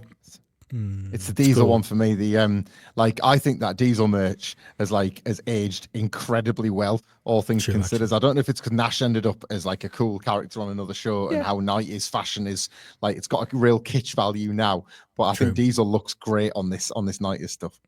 I like the way as well it's one size fits all, which is technically an XL. They make sure to tell you on the advert. I think that fits all, to be honest. I think there's bigger people and smaller people in that. But again, at the time, if it's a bit baggy, it's probably all right. Youth sizes wear there as well. But yeah, R.I.P. and peace, Barry. We will miss you from these shows. But that was a fun little bit of advertising, which goes into a bit of a video package as we recap, and you can fill us in on the full history here of the Camp Cornette dissension that we've got going on here with a strangely timed and bearded Yokozuna babyface turn that comes as part of him. Basically, Camp Cornette just can't get him in the ring. It's a hell of a way to turn babyface. He's too fat to roll in the ring for that tag match with Shawn and Diesel, and he gets counted out, and that's how he turns babyface. Never mind the way the incoming commissioner talks about him later on in the night, but even gets a bit of promo time to our Yoko here, and we can learn he can talk. Definitely got a bit of Solo Sikoa. Those the genes in that family do run deep. You can see elements of it here, but yeah. How did we get to this point, mate? That Yokozuna can not only is he babyface, mate, he's cutting fully formed English language promos. The babyface run we never knew we needed. I was a little bit of a sucker for this as a kid. I think I was into this. We talked about this on In Your House 4, Great White North, when Yoko and Mabel have their match and the fans pick Yokozuna, and then they kind of make friends at the end. But I don't know if it's because he'd been WWF champion or so that I've just bought him as somebody that was credible once at least. But yeah, how this obviously from that point on, basically they start teasing that he's maybe like a bit of a weak link in Camp Cornette, and then to double down on that, Jim Cornette immediately favors Vader, and he starts promoting Vader's coming, Vader's coming, Vader's coming, and then in the Rumble. Vader has no problem getting into it with Yokozuna, and even there, you can sort of see that Cornette is kind of favoring Vader over Yoko in terms of his monsters. So they've planted seeds quite nicely, and then as you say, it all kind of comes to a head across these. Again, I never really thought about this or cared as a kid, but you really do see when they craft these angles over these taped Raws. Like it's all in that one building, and it's like 1 week later, and it's like that's 50 minutes later if you're lucky. You could tell that's why Nitro was eating its lunch at the time, can't you? Because when you would see like 4 weeks worth of an entire pay-per-view cycle took place in one building, like it's not doing them any favors. But yeah, Shawn and Diesel have a series of individual matches with Camp Cornette that leads to a tag match with Bulldog and Yoko. And there's it's kind of a reverse of what happens back when they could do Yoko being the heel and like the dudes with attitudes where Yoko would fall on Owen or fall on Bulldog. This time it's Bulldog leg dropping Yoko by accident. And rather than like Yoko just being forgiven, Camp Cornette call him an idiot, call him a putz, and they snap on him. But Yoko snaps right back and sends Bulldog and Owen running for the hills. And Bulldog's going to be the one that has to get the revenge at In Your House. And yeah, as you say, a bit of lore is revealed, speaking of bloodline, as Yoko for the first time explains that Jim Cornette made him stay quiet because he was the one getting the gold. He was the one doing the work, but Cornette was the one taking all the plaudits because he banned Yoko from speaking. It was as if he was his cage monster all along, and now he's 650 pounds of bad attitude, and he's going to burn Camp Cornette to the ground. I was sort of here for a bit of this, It's quite convincing, isn't it? I'm not a big fan of this Mr. Fuji erasure, but it ties together. It makes sense, doesn't it? It explains why the character was what it was. We're not going to cover this, and I don't think he pops up at our next In Your House. But do you remember at WrestleMania 12 when Fuji randomly turns up with the American flag? Oh, yeah, he does, doesn't he? You're like, what is going on? What has happened to the World Wrestling Federation I once knew? It's Undertaker with the flag under his jacket, isn't it? It's the same kind of feeling.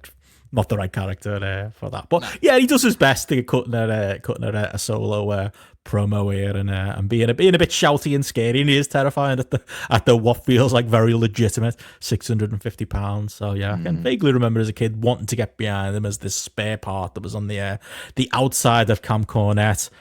As far as the match goes, they do their best. It's probably the spot that Davey should be in compared to the last couple of In Your Houses we've been in. A 5-minute match where Yoko kind of suits him at this point, but it's not really up to much. They kind of go straight to a brawl, which kind of just takes most of Yokozuna's energy. Saying that, he misses the big leg drop, which again is a payoff to the spot you just talked about. Davey does give him a big bump on a clothesline, and then at that point Yoko's done. He gets posted on the outside. There's a point where Bulldog goes to the top rope to the black sandal, and it feels like Yoko takes about 35 minutes just to stand up to be in position, because he takes so long. You think there's a reversal coming in. No, he just took that long to get in place. I reckon this was supposed to be a 3-minute match, and it turned into a 5-minute match just purely for that spot, as Davey is trying to do his best to create movement. He's going up to top rope over and over and over again to feed into Yoko, but he's just knackered, isn't he? He's just knackered after the first few minutes of this one. I think it's because he starts hot as a babyface. He's been told, for this babyface character to work, you're gonna have to go for Bulldog as if you've been dying for weeks to get your hands on him. But then he sparks himself out as a result.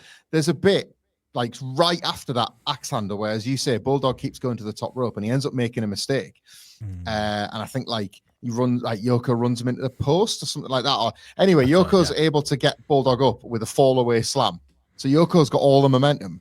But he takes ages to get up off his own move. And you're like, it's one thing to be selling the Bulldog's move. It's quite another to be taking that long to sell your own. Because even Bulldog kind of thinks, I'm going to have to recover here, mate. Like, you've hit me with something and you're down longer than me. And it's just, he's just not got the engine, has he?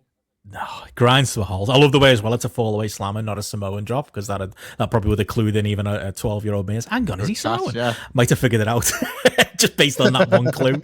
But yeah, they call it as that. He does it the belly to belly, which does look good. And then literally, just when you think it might actually get going, we get the Jim Cornette tennis racket DQ. That's it. That's our 5 minutes. It's all excuses, isn't it, for the post match for Yoko for Vader to come out in his fancy leather jacket again, but doesn't really get going this one, and probably never was going. No, not really. I had a little bit more sympathy for Yokozuna in the handcuffs than Roddy Piper did later on this show, because I thought they made that was quite a good heat angle for new generation WWF. Yoko looked in real trouble, and Vader's this monster. So when you've handcuffed Yokozuna, handcuffs are scary in wrestling, aren't they? Is that just me? Yeah. Handcuffs are frightening. Like I don't know what it is, but they really do have a power over me. And I'd like when you get in handcuffed and like Vader is one of the ones doing it to you. It's great, and then it just goes on a long, long time, and nobody really does anything about it, and it gets a bit awkward, doesn't it? Like it's not. I think what the one thing this post match angle lacked was like a move that was like Vader might have had that just was the reason for the handcuffs. Like bad example this, but like he's punched and Yoko keeps fighting back. So because he's handcuffed, like Vader hits him full in the face with a chair or something, like just something that like Yoko, the one big moment that like puts Yoko down, because that doesn't really happen. They just kind of keep hitting each other. No baby faces come out and help Yokozuna because he's got no mates. And then it just stops. It's really, really good. And then it's like they all run out of ideas at the same time. Yeah, Cornette just starts randomly hitting him with the tennis racket. It's just, it's all a bit weird, isn't it? It's just to fill time. Yeah, and like you say, later on the night, Piper's got no sympathy for Yoko being so any sympathy you got from, like you say, there is something scary about handcuffs in wrestling. There is something quite sympathetic about it. It could have been a big turnaround. Piper just throws that away later in the night. It's very weird. I think for me, the handcuff thing just mainly scares me in real life, because I think like if this was a shoot, or even if you were one of the wrestlers, I'd just be constantly terrified that someone was going to lose the key and I'd be stuck there forever. I wouldn't trust the fuckers to get me out of it. It's like I get that that level of like, I don't know, it's like secondhand panic when it's like a Hell in a Cell match or a War Games match and someone's fiddling around trying to get the key and they can't quite get the door open. Like you're putting a lot of trust in the props here that isn't always going to be paid off. There's that Roman Reigns Kevin Owens one, isn't there? The last man standing, where he's going to count to 10 and he's down, he can't get up, and Paul Heyman's like faffing on with the key. It's like, stop the count like that. When I've got to ask you now, Benno, this, because the handcuffs, when you said not like somebody's lost the key or taken the key or whatever, it makes me think of like those ribs that you hear about where like wrestlers' bags were chained to pipes or anything. Were you ever subject to any ribs when you were taking bumps, when you were respecting the business? Were you ever, or were you part of the ribbers in order to get yourself out of being ribbed yourself? Like what's the crack from those days?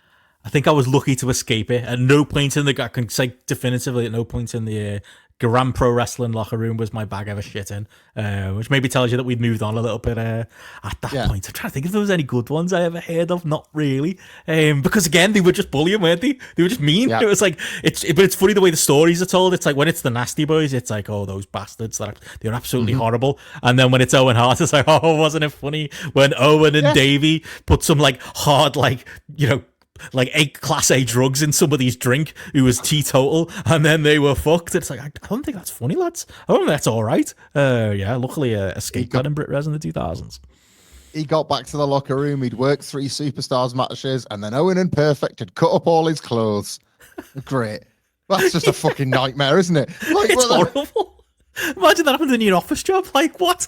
Like, HR to be involved immediately. It was just, different time, and thankfully, we moved on from those times. But Jesus, the Kurt Hennig one always like the hypocrisy happens as they're telling the story of like, and you know, like Dynamite was bad news, and the Rougeaus loading the sock full of quarters. They had to fire back on Dynamite to prove the point.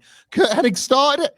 Like he lied about it, and it's like, oh, that's old Kurt, you know. It's that's like, what Kurt does. Yeah. It's like there's baby faces and heels in these rib stories, and certain guys are always painted as the goody one.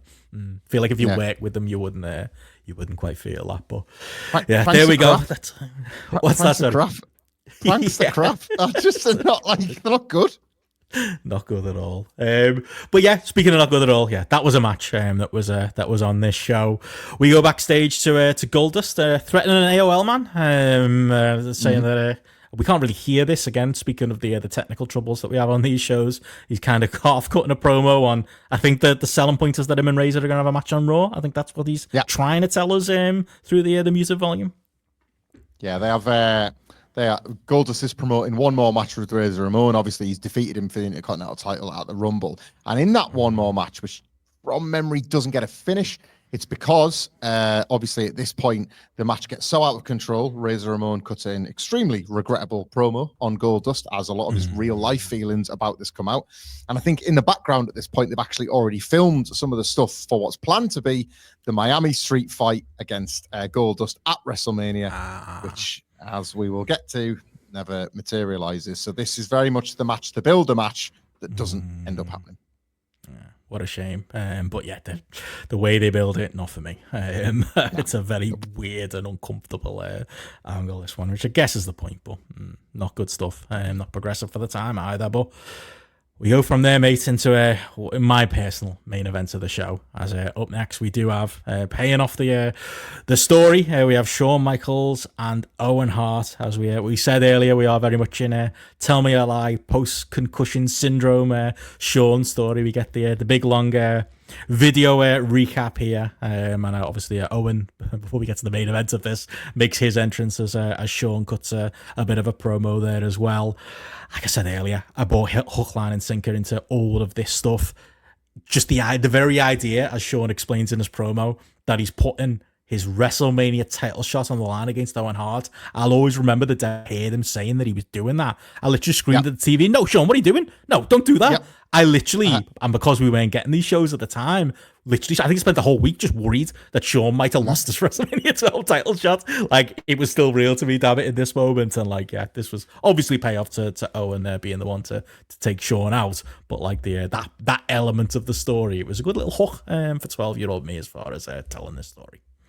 Absolutely. And obviously they'd only brought the number one contenders thing in 93, so they'd never experimented with anything like this. The closest you got was Bret and Luger, and they both got a shot. They did the coin toss. Obviously there was no sense of a risk. You've won the Rumble, it's yours. And this was such good storytelling. And Shawn, obviously, the power of how good Shawn was at selling what Owen had done to him in November was ultimately what got us the buy rate for the Rumble, that got all the belief behind Shawn Michaels being that box office savior that WWF was so desperately looking for. And absolutely what had Vince McMahon basically take one look at Bret and be like, you're done. I've got my guy. You are done. Like that, you can completely see why. Well, and like other reasons, but like at this time financially, he must have felt like, oh, here's all the proof I need that finally I've got my guy, because the story is connecting. No pun intended, or is it pun very much intended? This story is clicking because, of course, Jim Cornette is the one to tease this match out of Shawn Michaels on TV, and this period of time as Shawn returns at the 1996 Rumble is the first point, again, just turning up the bastard to 12, where he decides to call his fan base the Click. And why? So that in that promo with Jim Cornette, where Jim, why don't you put your number one contenders match on the line, Shawn? And Shawn's like, you want me to fight Owen Hart? Guys, do you want me to fight Owen Hart? The fans go wild. They want him to fight Owen Hart. And then he goes, well, what the Click wants, the Click gets. I'll see you in your house. Yeah, you piece of shit, mate. It's good stuff.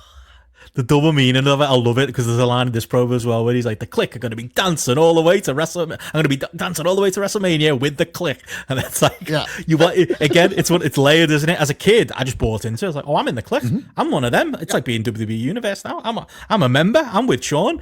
But like, just like, you can imagine the people who were reading the sheets at the time, the type of people who were writing letters into the Torch and the Observer, it's just driving them mad, because he's just saying the loud part. He's saying the quiet part loud, isn't he? Pretty much in all of his promos. What a cunt.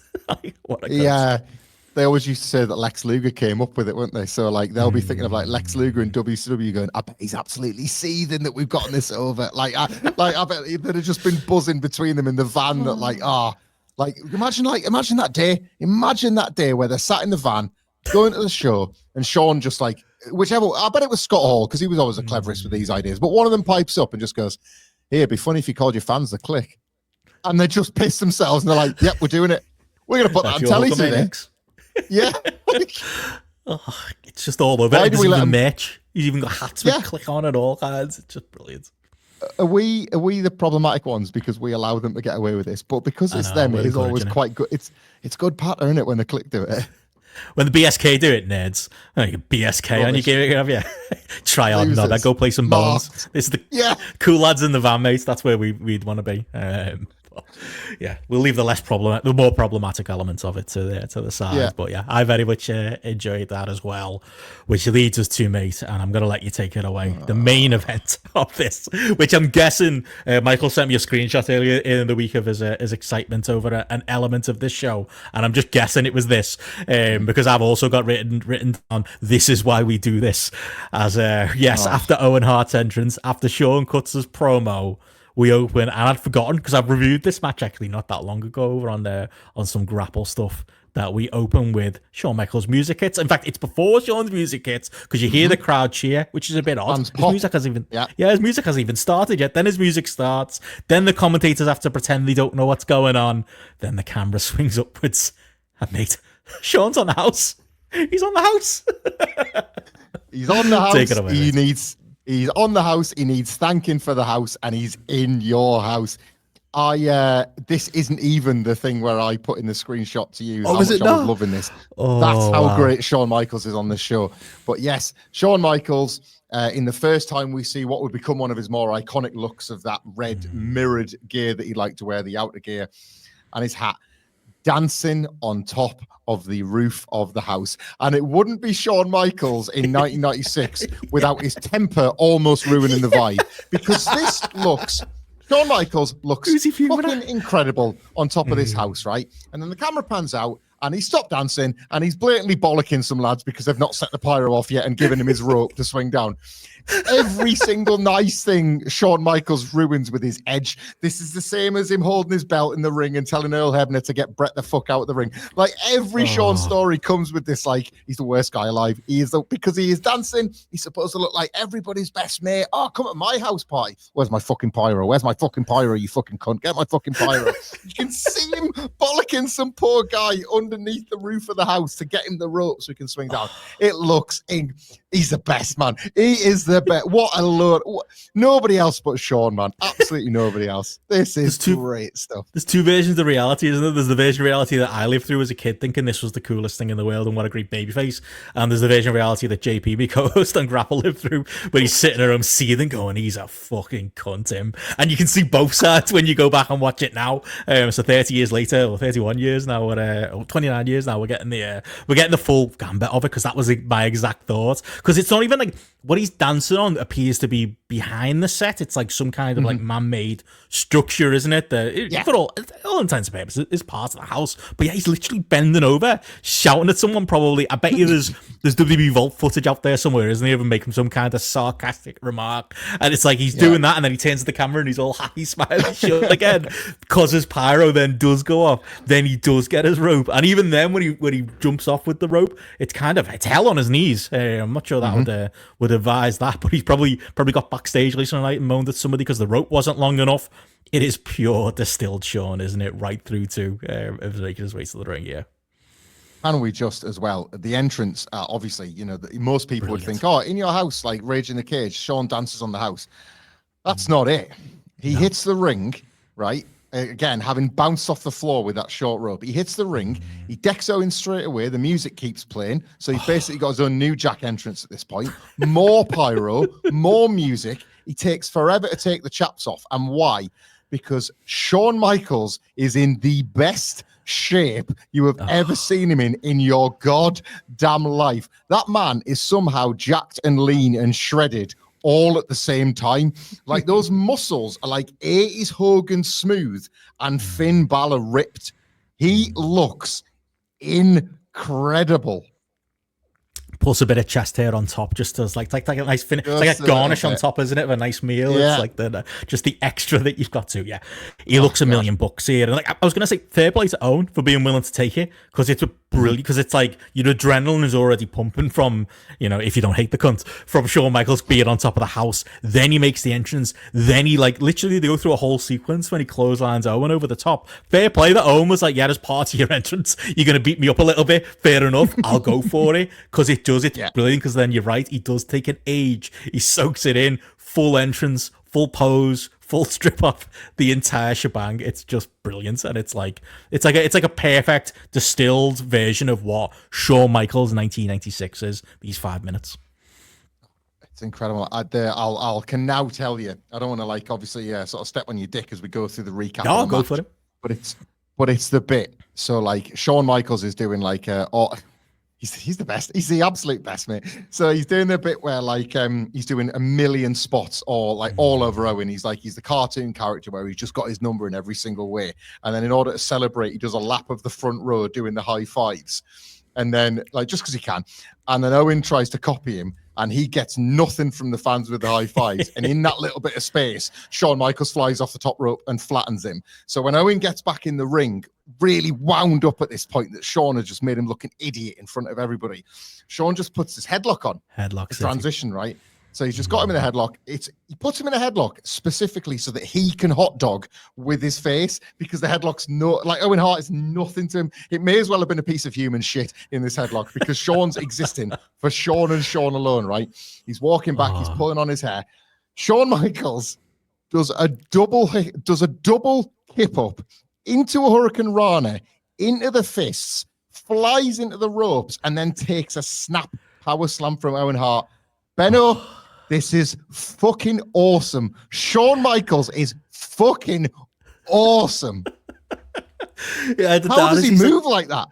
It's almost like, it's funny because it's almost like he's in house show mode at the start, because he's just having a good time. It's like the adrenaline rush of the entrance is just carrying through to, like you say, he's high fiving and kissing fans and just not really paying much attention to Owen.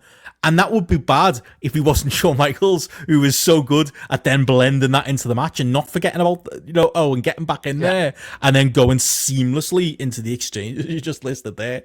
Get you a man who can do both. And in this point, whether you love him or hate him, Shawn Michaels can do both at this point. The power slam, the viciousness of that power slam by Owen, and then obviously followed by the spinning wheel kick. It's it's happened because Owens had to get that violent. Like he's needed to shut him down, probably a shoot. Yeah. to remind Shawn of what is actually going on in this match. You're totally right. Nobody should be justifiably allowed to take a match this serious and take the piss. But like Shawn thinks enough to go, you know, when you beat me up, Owen, you can kill me for this. Like, I've got this coming. I need to be snapped back into how serious this match is. And psychologically, it shouldn't make sense, but it does. Yeah, and you get that from Owen, you know, and he takes over.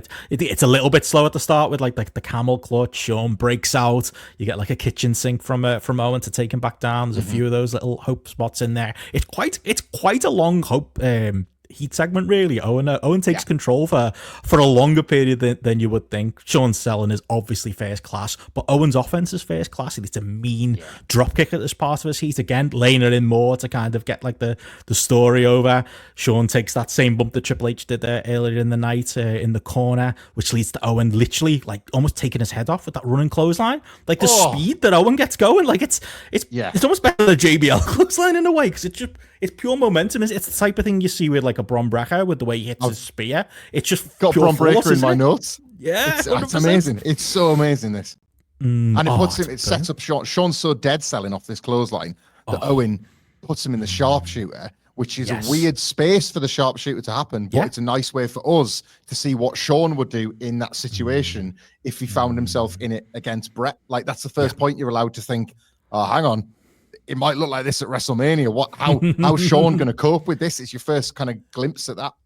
Plus, the real life Shawn is probably going, fuck you, Bret, for some kind of misdemeanor or something backstage. I'm going to no-sell your move. I'm going to get out of it during the heat segment. It's not even going to be in the it's not even going to be a finish. It's we'll get it in there. But it does. It's brilliant. It leads to... It's Scott Hall winding up Bully Ray, isn't it? Like, nice finish, but a shame if somebody kicked out of it. That's the worst Scott line ever. But yeah, it leads to like Shawn obviously gets a bit of a roll up as a hot spot, leads into the Insiguri spot, which we've been building to. I like the bit of storytelling with like Shawn. We don't get the full dramatic raw collapse. We get him rolling to the outside. We use it as a bit of a count out tease. At that. They buy it, don't they?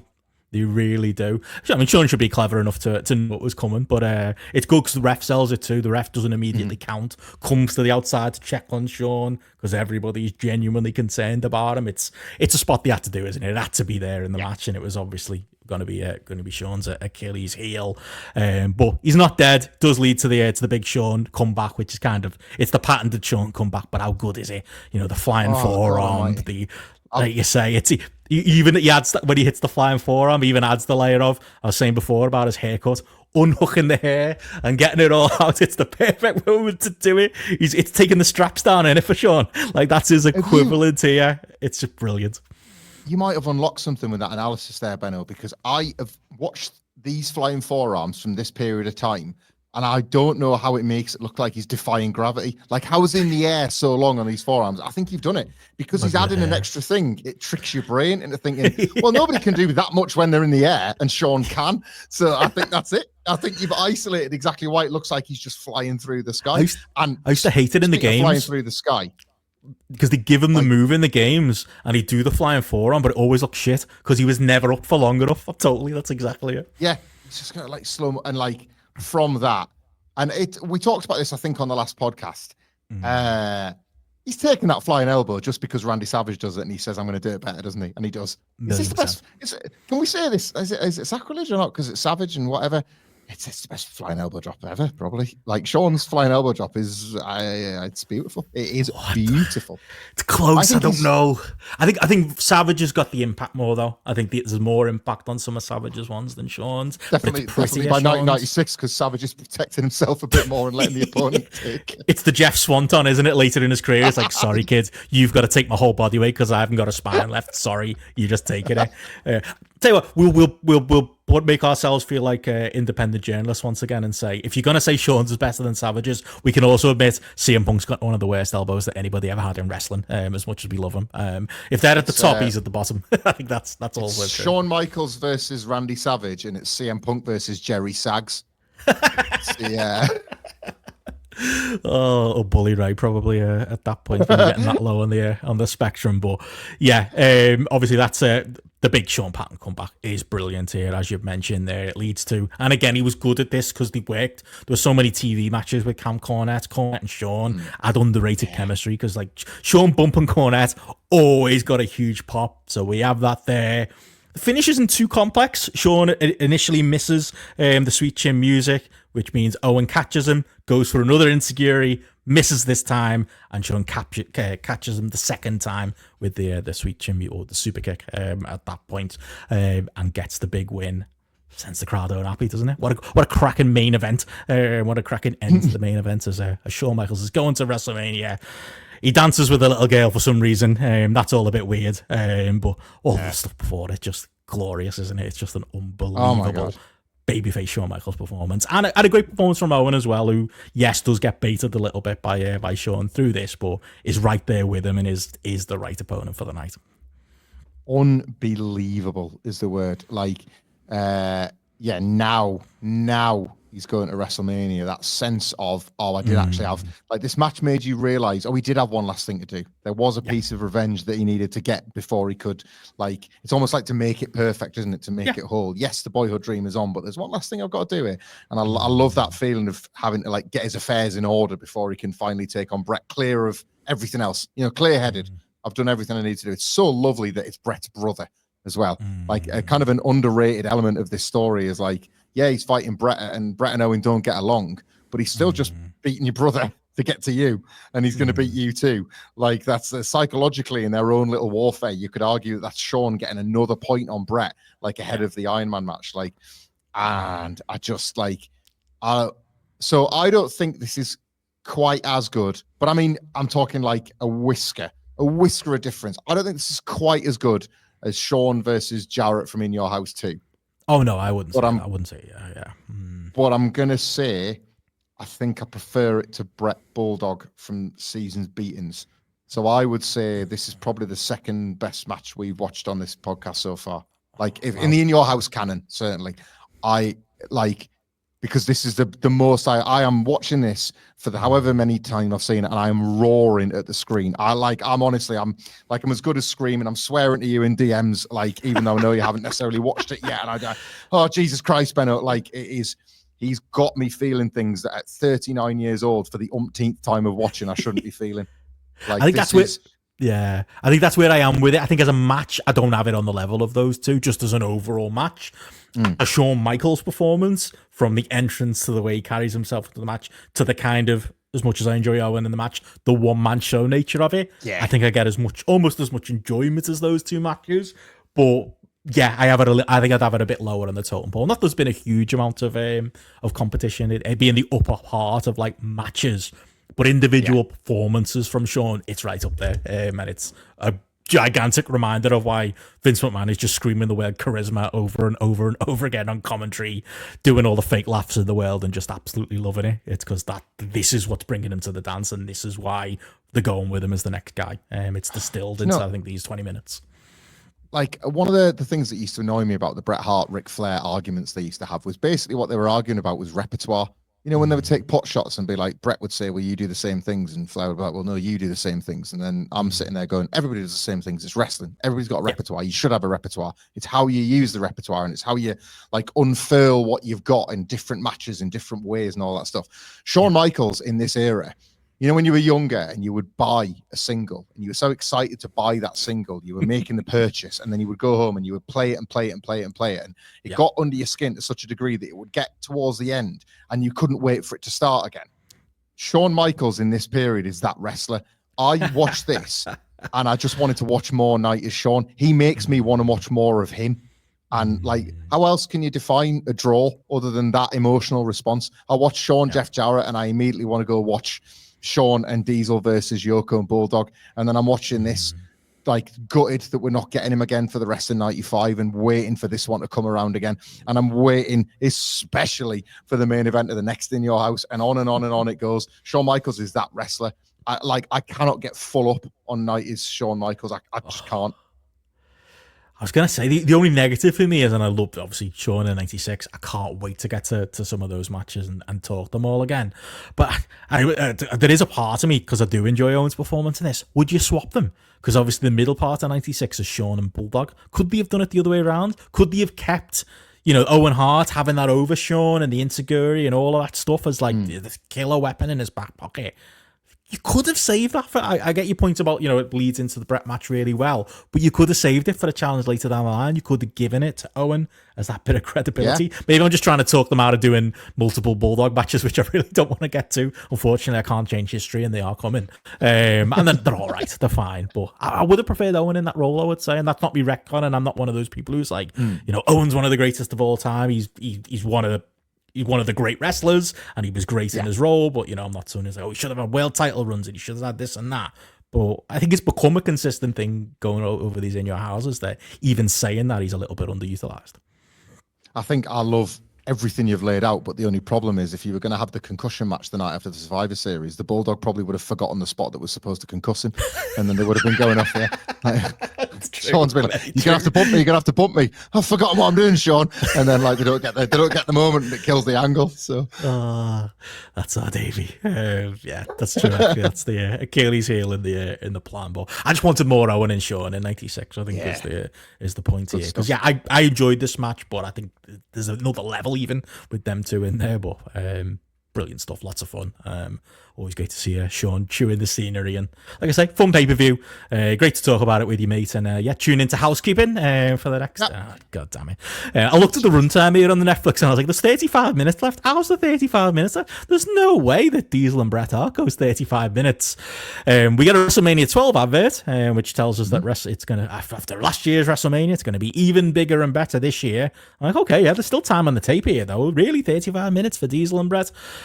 Nah, the bad pipe sitters, and out comes Roddy Piper, who just comes out and says words. Like, it's funny. Like, I feel like me and you, I think what we've got in common is I feel like it's the same secret cows that we're just not on board with, whether it be Undertaker, whether it be William Regal, say that one quietly, whether it be like any like Steve Austin in a post 1998, which we've obviously talked about a lot of time on GRAPPL stuff, and Roddy Piper's one. I just can't stand the cunt. I'm sorry.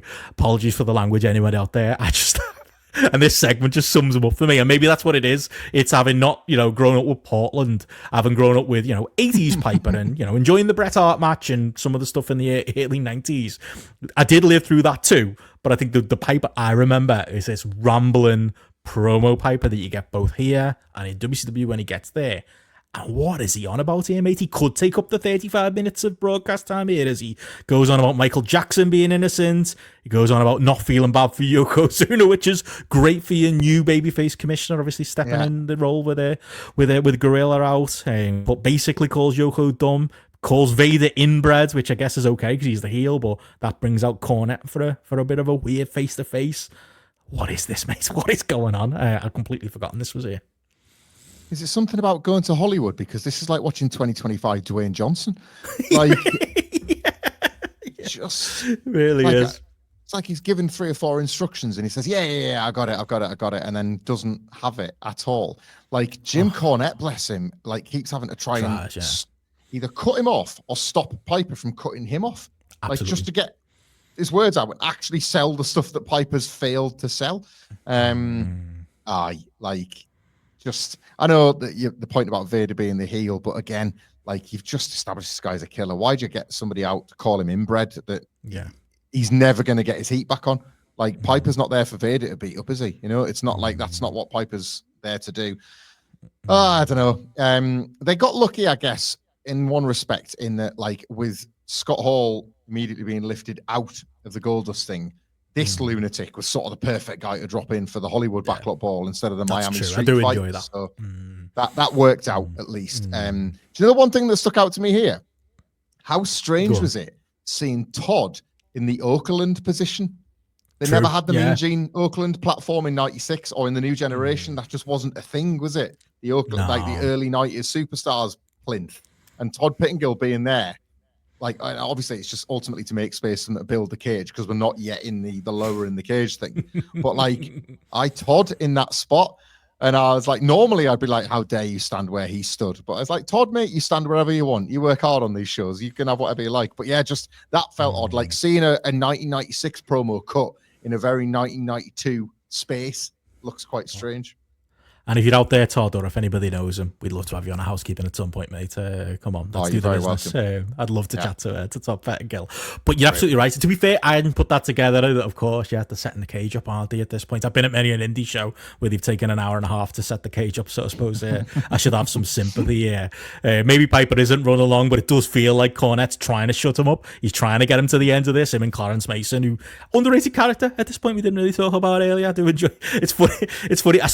As a kid, I saw Clarence Mason before I saw Jimmy Cochran, who was based on. To me, Clarence Mason's the original and he's the fraud. I wasn't aware of the OJ case, mate. It's like in the Hollywood Backlot Brawl, that car chase footage, that original WWF material. Like, what are they on about using it? That it's allegedly the material from the OJ Simpson case. No, Ted did it first. But I was like him as a character. I liked him. Like a Jim Johnston or a Jimmy Hart composition that was blatantly stolen, and you were like, "Oh, wait a minute, this song sounds like so and so's thing." That's a really bad one, mate. Engineer it, don't you? A terrible one, but genuinely, I was in school around this time, and we mate Tom Dyke, who was a big wrestling fan, his brother, I think his name was James, was in a band. Don't say who I think you're gonna say. And I walked into that band, and they were playing Nirvana "Smells Like Teen Spirit," and I was like, "I knew it." Are they playing DDP's song? They're playing DDP's song. How cool is that? And Tom was like, mate, that's Nirvana. I was like, oh, is it? I heard that first. I'm a wrestling fan. I'm sorry. I'm a wrestling fan first. I was 12. Forgive me. I wasn't aware of Kurt Cobain. Look, we like the genres we like, and I know that you're very much into rap and your hip hop, and I consider myself quite a connoisseur of rap and hip hop. So don't turn your back on the Wolf Pack. You might wind up in a body bag. I know that. I know Wump There It Is by Men on a Mission. So it's all right. Like there's different genres for different needs. Bow Wow Wow Yippee Yo Yippee the Conan song with disco, fantastic stuff. Yeah, to be fair, at this point in times, I was probably unfortunately Puff Daddy that I was into as a rapper, and I got into better stuff definitely, and better human beings.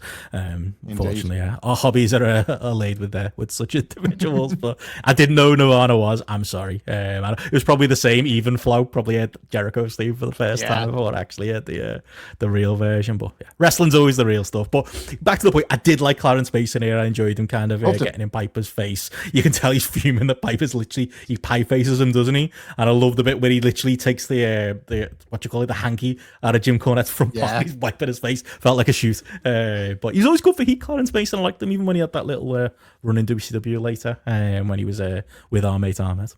It's a big T, wasn't he? Yeah. They do promote Vader and Yoko as a singles match, and obviously that never happens because Vader's still injured and Yoko's too big. Fat, and that's not the answer. That's not happening, is it, lads? Come on. Let's do a 6-man lads instead. We'll protect you all. Imagine if they put them in the ring at Mania. Good Lord. Still be better than the Iron Man match. But anyway, speaking of sacred cows. Moving on from there, we do go from that little segment, as you rightly say, they do set the cage up for our main event, as Bret, we didn't really talk about our housekeeping, but fresh off a Royal Rumble where, in fairness, they put him on last after Shawn.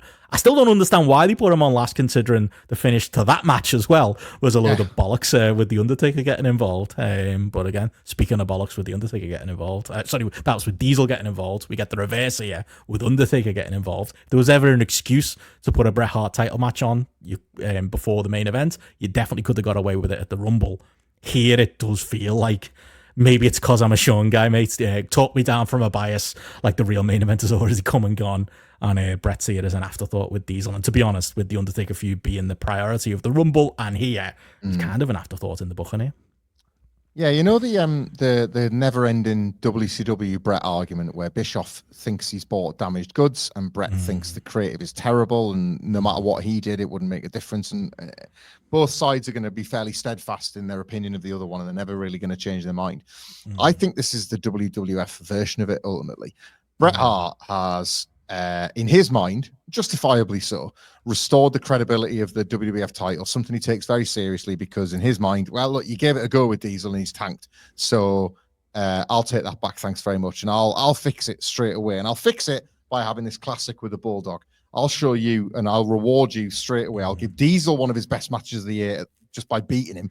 And then I'll give you this classic with the Bulldog, and straight away the belt is back to the prestige. And look, I'll put Shawn over, fine, but at least let me get the belt back to mean something before I give it to Shawn, because what's a belt without the value of the belt? And so that's Bret's head, and you're totally with it, and you totally understand it. And in the meantime, Diesel and The Undertaker are told, and look, like, I wish it was this clear in 2025, they are told as early as November that they're going to be working WrestleMania. So all systems go for them. That starts at the Seasons Beat in Your House Plus, where both Diesel and The Undertaker have done the big belt gesture, and that's the tell that they're both going to be in the mix. And then pretty quick, you can tell that they're not in the mix to win the belt. They're in the mix to fight each other at WrestleMania. Even as a kid, I remember that. I remember feeling that, like, this is going to be Bret and Shawn and Taker and Diesel. I didn't have any doubt in my mind that that was how the pieces were going to fall.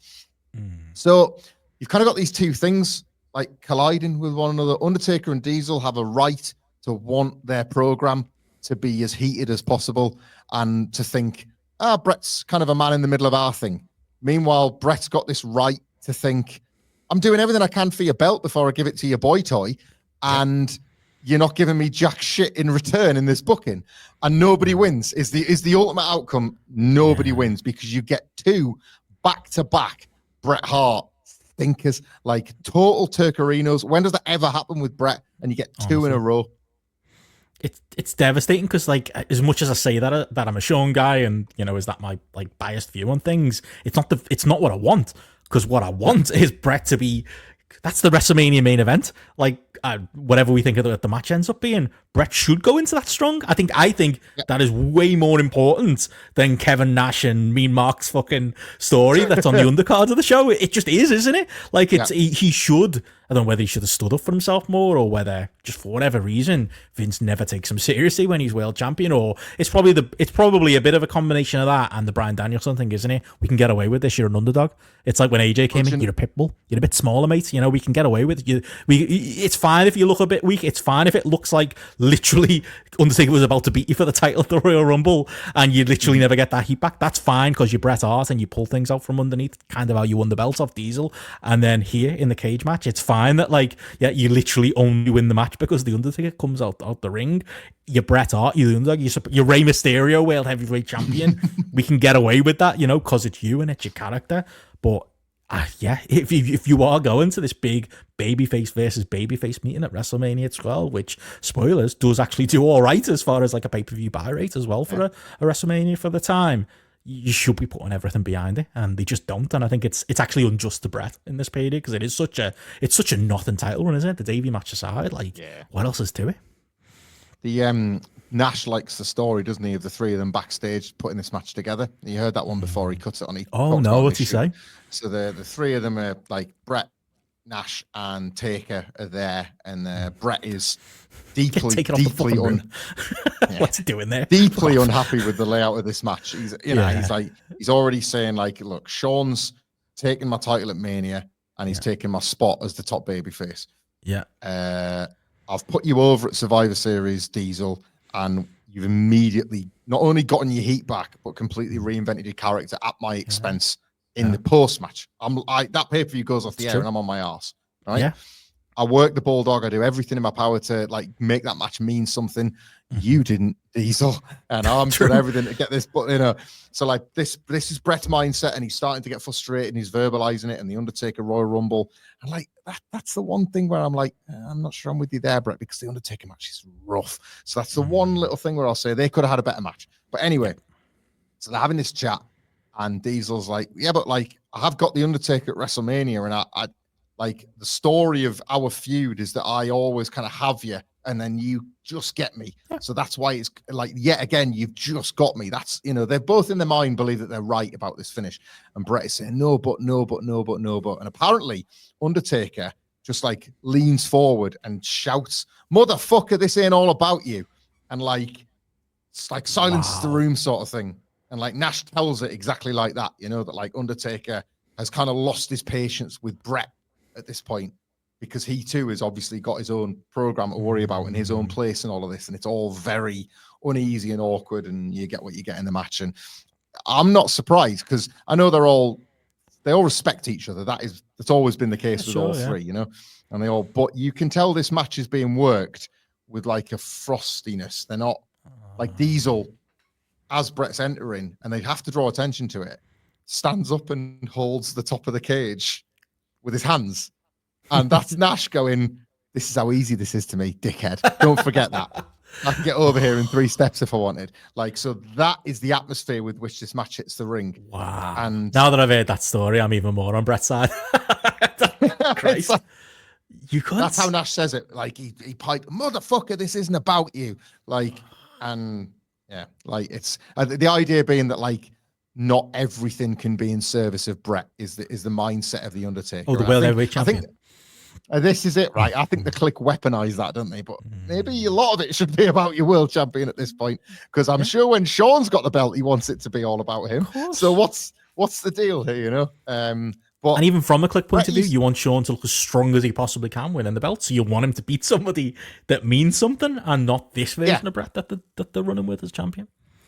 They used to get the whispers out, didn't they? The Click that Bret apparently would like not dog it on the house shows, but Bret just had a toned down style that if you were getting house show Bret, you weren't necessarily, you weren't getting the best Bret. I would say, and I wouldn't even count Bob Backlund at WrestleMania 11. I know Bret says that's his worst like pay-per-view match ever and all that. I would say the closest approximation of house show Bret is probably in these Undertaker and Diesel matches, because just now nothing happens. Like the cage makes a big noise, so Bret makes the most of that. The cage is loud, and Bret he loves the cage into the cage bump because he knows how much noise it makes when it rattles. But can you name, without checking your notes, a single other thing that happens in this friggin' match? Because I can't. No. It's a complete the one thing I know I've got written on my notes is it's lazy house show stuff. Like it feels like this would be the end of a house show loop where they're just, because the cage doesn't even feel special. It just feels like, we're busting the cage out because it sold some extra tickets to Poughkeepsie where we're doing this house show this night. Like it doesn't feel like a big deal. It doesn't really feel earned in the Bret Hart and Diesel situation either, does it, for it to be a cage match? It's just entirely random.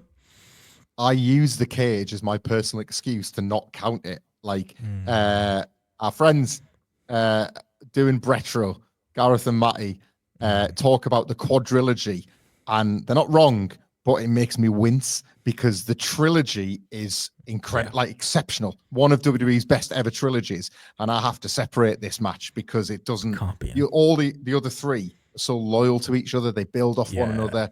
It's so real. It's real feeling when you watch it back, and this couldn't be further from it. Like Bret kicks away at Diesel's leg a bit, and it's like this sad tribute to the matches they used to have, isn't it? It's like it's so half-baked. It's just, it's exactly that. It's lazy heat. It's boring, Bret working over the leg, and he has ways of making that exciting, but it's boring in this setting. It's not quite as quiet as Undertaker, but it gets quiet in there. Even just, I think it's the stip itself too. Like look, we're all nostalgic for the blue bars, but like it's not a coincidence we don't get many cage matches these days. They'd rather to give you a Hell in a Cell. They'd rather do an elimination chamber, have more room to do stuff. Just as a stip, the debate, it makes him look even worse that he's just trying to run away half of the match, because that's what you've got to do as a babyface, and Bret is thinking as the tactical babyface, that's what I'd be trying to do. But I think that makes him look worse in the match itself as well. And like literally nothing really happens until Diesel goes for the door, which again, because he's so tall, is comically easy for him to get to. And it's almost comical how slow Bret is to stop him. And then you get your daft finish with, if anyone hasn't seen it, watching this back or hasn't watched this back, Undertaker coming out of the hole in the ring to pull Diesel to hell for Bret to take advantage of and escape, which again makes him look bad, makes him look like a phony, makes him look like a bit of a coward, that he's this dope who's taking this win, who's the secondary character in the important bit of Diesel and Undertaker. And that's even more emphasized, isn't it? By like, it's not even the end. In my memory, that was the end of it. No, Diesel escapes from the hole. Like, I thought that was like bonus footage that happened after the pay-per-view. No, it's during the show. Diesel escapes and then Undertaker follows him out. Half of his pants is fallen off, isn't it? Diesel, it's been ripped at some point where he's been pulled down, and the show ends up with a standoff between them two. Like, because that's where the focus is. Because that's apparently the WrestleMania 12 main event is Diesel versus Undertaker. Bret couldn't be any more secondary, and it couldn't be. I guess that part of it's creative, but the match itself couldn't be any less creative, probably because they have all butted heads. Yeah, like Bret just leaves, doesn't he? Bret just leaves. Like he's not anywhere to be seen at the end. There's no fanfare. His music doesn't play. Nothing like that. Yeah, Diesel. You get a bit of Diesel showing a bit of leg. That doesn't happen very often on pay-per-view. Diesel with his red Sid knee pad, which is a bit of a treat for us gear fans. But there is something that I observed here, and I think it's worth us bringing it up, if only in the interest of truth, and let the public record show. This was a creative finish, and you have to sort of apply the context of the time. And the Undertaker coming out from under the ring was pretty amazing. Very unexpected. A visual of him stood at the top of the cage. Look, I'm not an Undertaker guy, but that looked really cool. Diesel has been spending the whole 3 months saying that he wasn't scared of the Undertaker, and then the way the Undertaker presents himself at the top of that cage, that's something for Diesel to be scared of. And I like that. I think that's some good visual storytelling. It's what WWE do really well. Always have, always will. They understand the value of those shots. But the problem is, they understand the value of those shots because they can take those shots out of context. Do not buy any sort of narrative reframing, or don't buy Undertaker or even Diesel fans, and I'm a massive Diesel fan, that when they review this show, they tell you the fans went wild, because watch the tape. The audience don't really know what to make of any of this. No. There's an element of shock that the Undertaker has appeared from underneath the ring. And of course, because if you were in the building today at a wrestling show, that would pop you. A guy coming from under the ring or somebody going through the canvas, it would pop you. But they're not exactly losing their minds for it, are they? It's a kind of all right, this is kind of weird. I didn't expect it, but it's not it's not this visceral roar or this huge reaction. Bret doesn't get a pop for winning.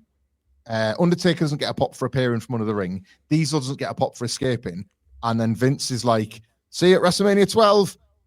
It's Bret and Shawn. Bye. Literally, that's it. I was thinking, watching the Netflix version, okay, there's going to be some more time here. There's going to be some promos, or there's going to be some extra stuff. No, just go purple smoky lighting and it's off, and bit of a commentary line, and we're done, and it's over. It's just the reaction you described there, perfect tie into Housekeeping. Is our last Housekeeping. It's Undertaker versus Undertaker. It's the spooky bollocks just not really getting the intended reaction, and like I say, they do the extra bit with them climb out the hole, but that doesn't really get much either. It looked great, and again, speaking of the magazines, looked great in the magazines. It was great to see those photos of the hole in the ring and the kid in you. It's hang on, it's like Warrior in '98, isn't it? There's a hole in the ring. How did they do that? Is there a trap door? Your mind starts going a million miles an hour. Yeah, that's cool. Great. That's very Undertaker, isn't it? That fits too. But in execution and watching it in its context, it is rough, and it's unfortunately every bit as weak a match as well. On top of it, it's just bad bit of business. Unfortunately, is it bad politics from Bret to not give a toss here? Because if he was playing a sharper game, he'd have tried to steal the show from underneath Shawn, wouldn't he? He knows that Shawn and Owen go out there and have this minor '96 classic. So then Bret, if he was going to be a bit more of a shark, would be I'm going to tear the house down with Diesel here. Yeah. And I'm going to let Shawn know that he's got to earn this spot. But because he's frustrated and he dogs it, all it does is opens the door even wider for Shawn Michaels' power, doesn't it? Because there is, you watch this, there is not a jury in the land that would sort of say, Bret's our guy. Nobody would watch these two matches back to back and think, who are you going with at WrestleMania? Shawn, 100 out of 100. Which is funny because Bret has got the gimmick on side of we've got the gimmick match. That surely makes it feel more important, but it doesn't. It makes it feel old. It makes Shawn and Owen feels like 1996. Bret and Diesel feels like a 1980s cage match. It might as well be Zeus, the Human Wrecking Machine versus Hogan. It's old WWF, and it feels downtrodden, and it does make Bret look like the past and Shawn look like the future. And maybe conspiracy theorists, there's people backstage who are maneuvering that on purpose, and we get more of that in the build to WrestleMania 12. But Bret, it's like Cody today. Cody shouldn't be letting Dwayne put his thumb on him. He should be fighting back a little bit more. Yeah. And Bret was the world champion here. I think, some of the blame lies there for him not fighting back a bit more and rising to it. It's kind of a bit weird, isn't it? Because it's kind of a disaster. And it's not a bad In Your House, this. I wouldn't put it at the top. Overall. I wouldn't say it's better than In Your House 2, which I think is currently the standard bearer for this show at this point. Definitely. But it's kind of a disaster in how it kills this card's momentum dead at the worst time and with the worst people to kill it with. Definitely. Overall, yeah, I'm with you. I had a fun time watching it. Always do, even when they're bad. Watching these things back. If you're watching it back, yeah, or if you're planning on watching it after we've talked, you can probably watch that main event on double speed or something. I don't know if Netflix has that feature. Maybe you can find it. But everything before it, very much enjoyed. Obviously, Shawn and Owens, the clear highlight. But again, I even enjoyed the undercard. I think Razer and 123 Kid is an underrated one. I noted they only got 5.5 on it on Cage Match. Thought it was better than that. I think it deserved a better rating. And I continue, despite myself, to enjoy Hunter in the undercards. I'm quite enjoying his work there. A bit of Camp Cornette strife on there as well. Nice, easy 1 hour 50 to watch. Yeah, this was a good show with the last 30 minutes maybe dragging it down a little bit. But obviously, yeah, fun time as always. Yeah, I don't want people to leave this podcast thinking that adoration for Shawn just gushes forth. That I classify myself as a Bret guy, and I know that might not come through the way I talk about Shawn on these podcasts, but like gun to head, I'm a Bret guy. I just find these particular.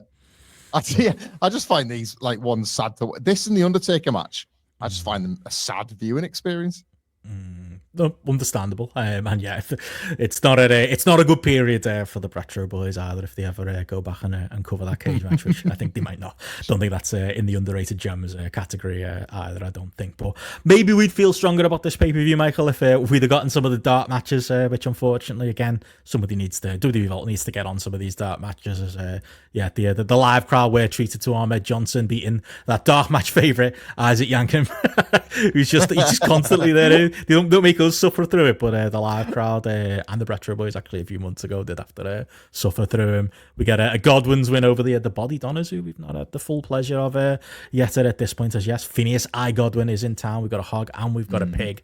And of course, no way WWF live event ends the right way without a dark Undertaker match. At least this time it's not a casket match as he went over Goldust with Marlena, but obviously more on those characters coming forward. Yeah, we're going to get plenty of those two in 1996. I will say, I wouldn't have minded catching that Ahmed Johnson, Isaac Yankem DDS, because it's one of the few finishes Kane can't take on his knee.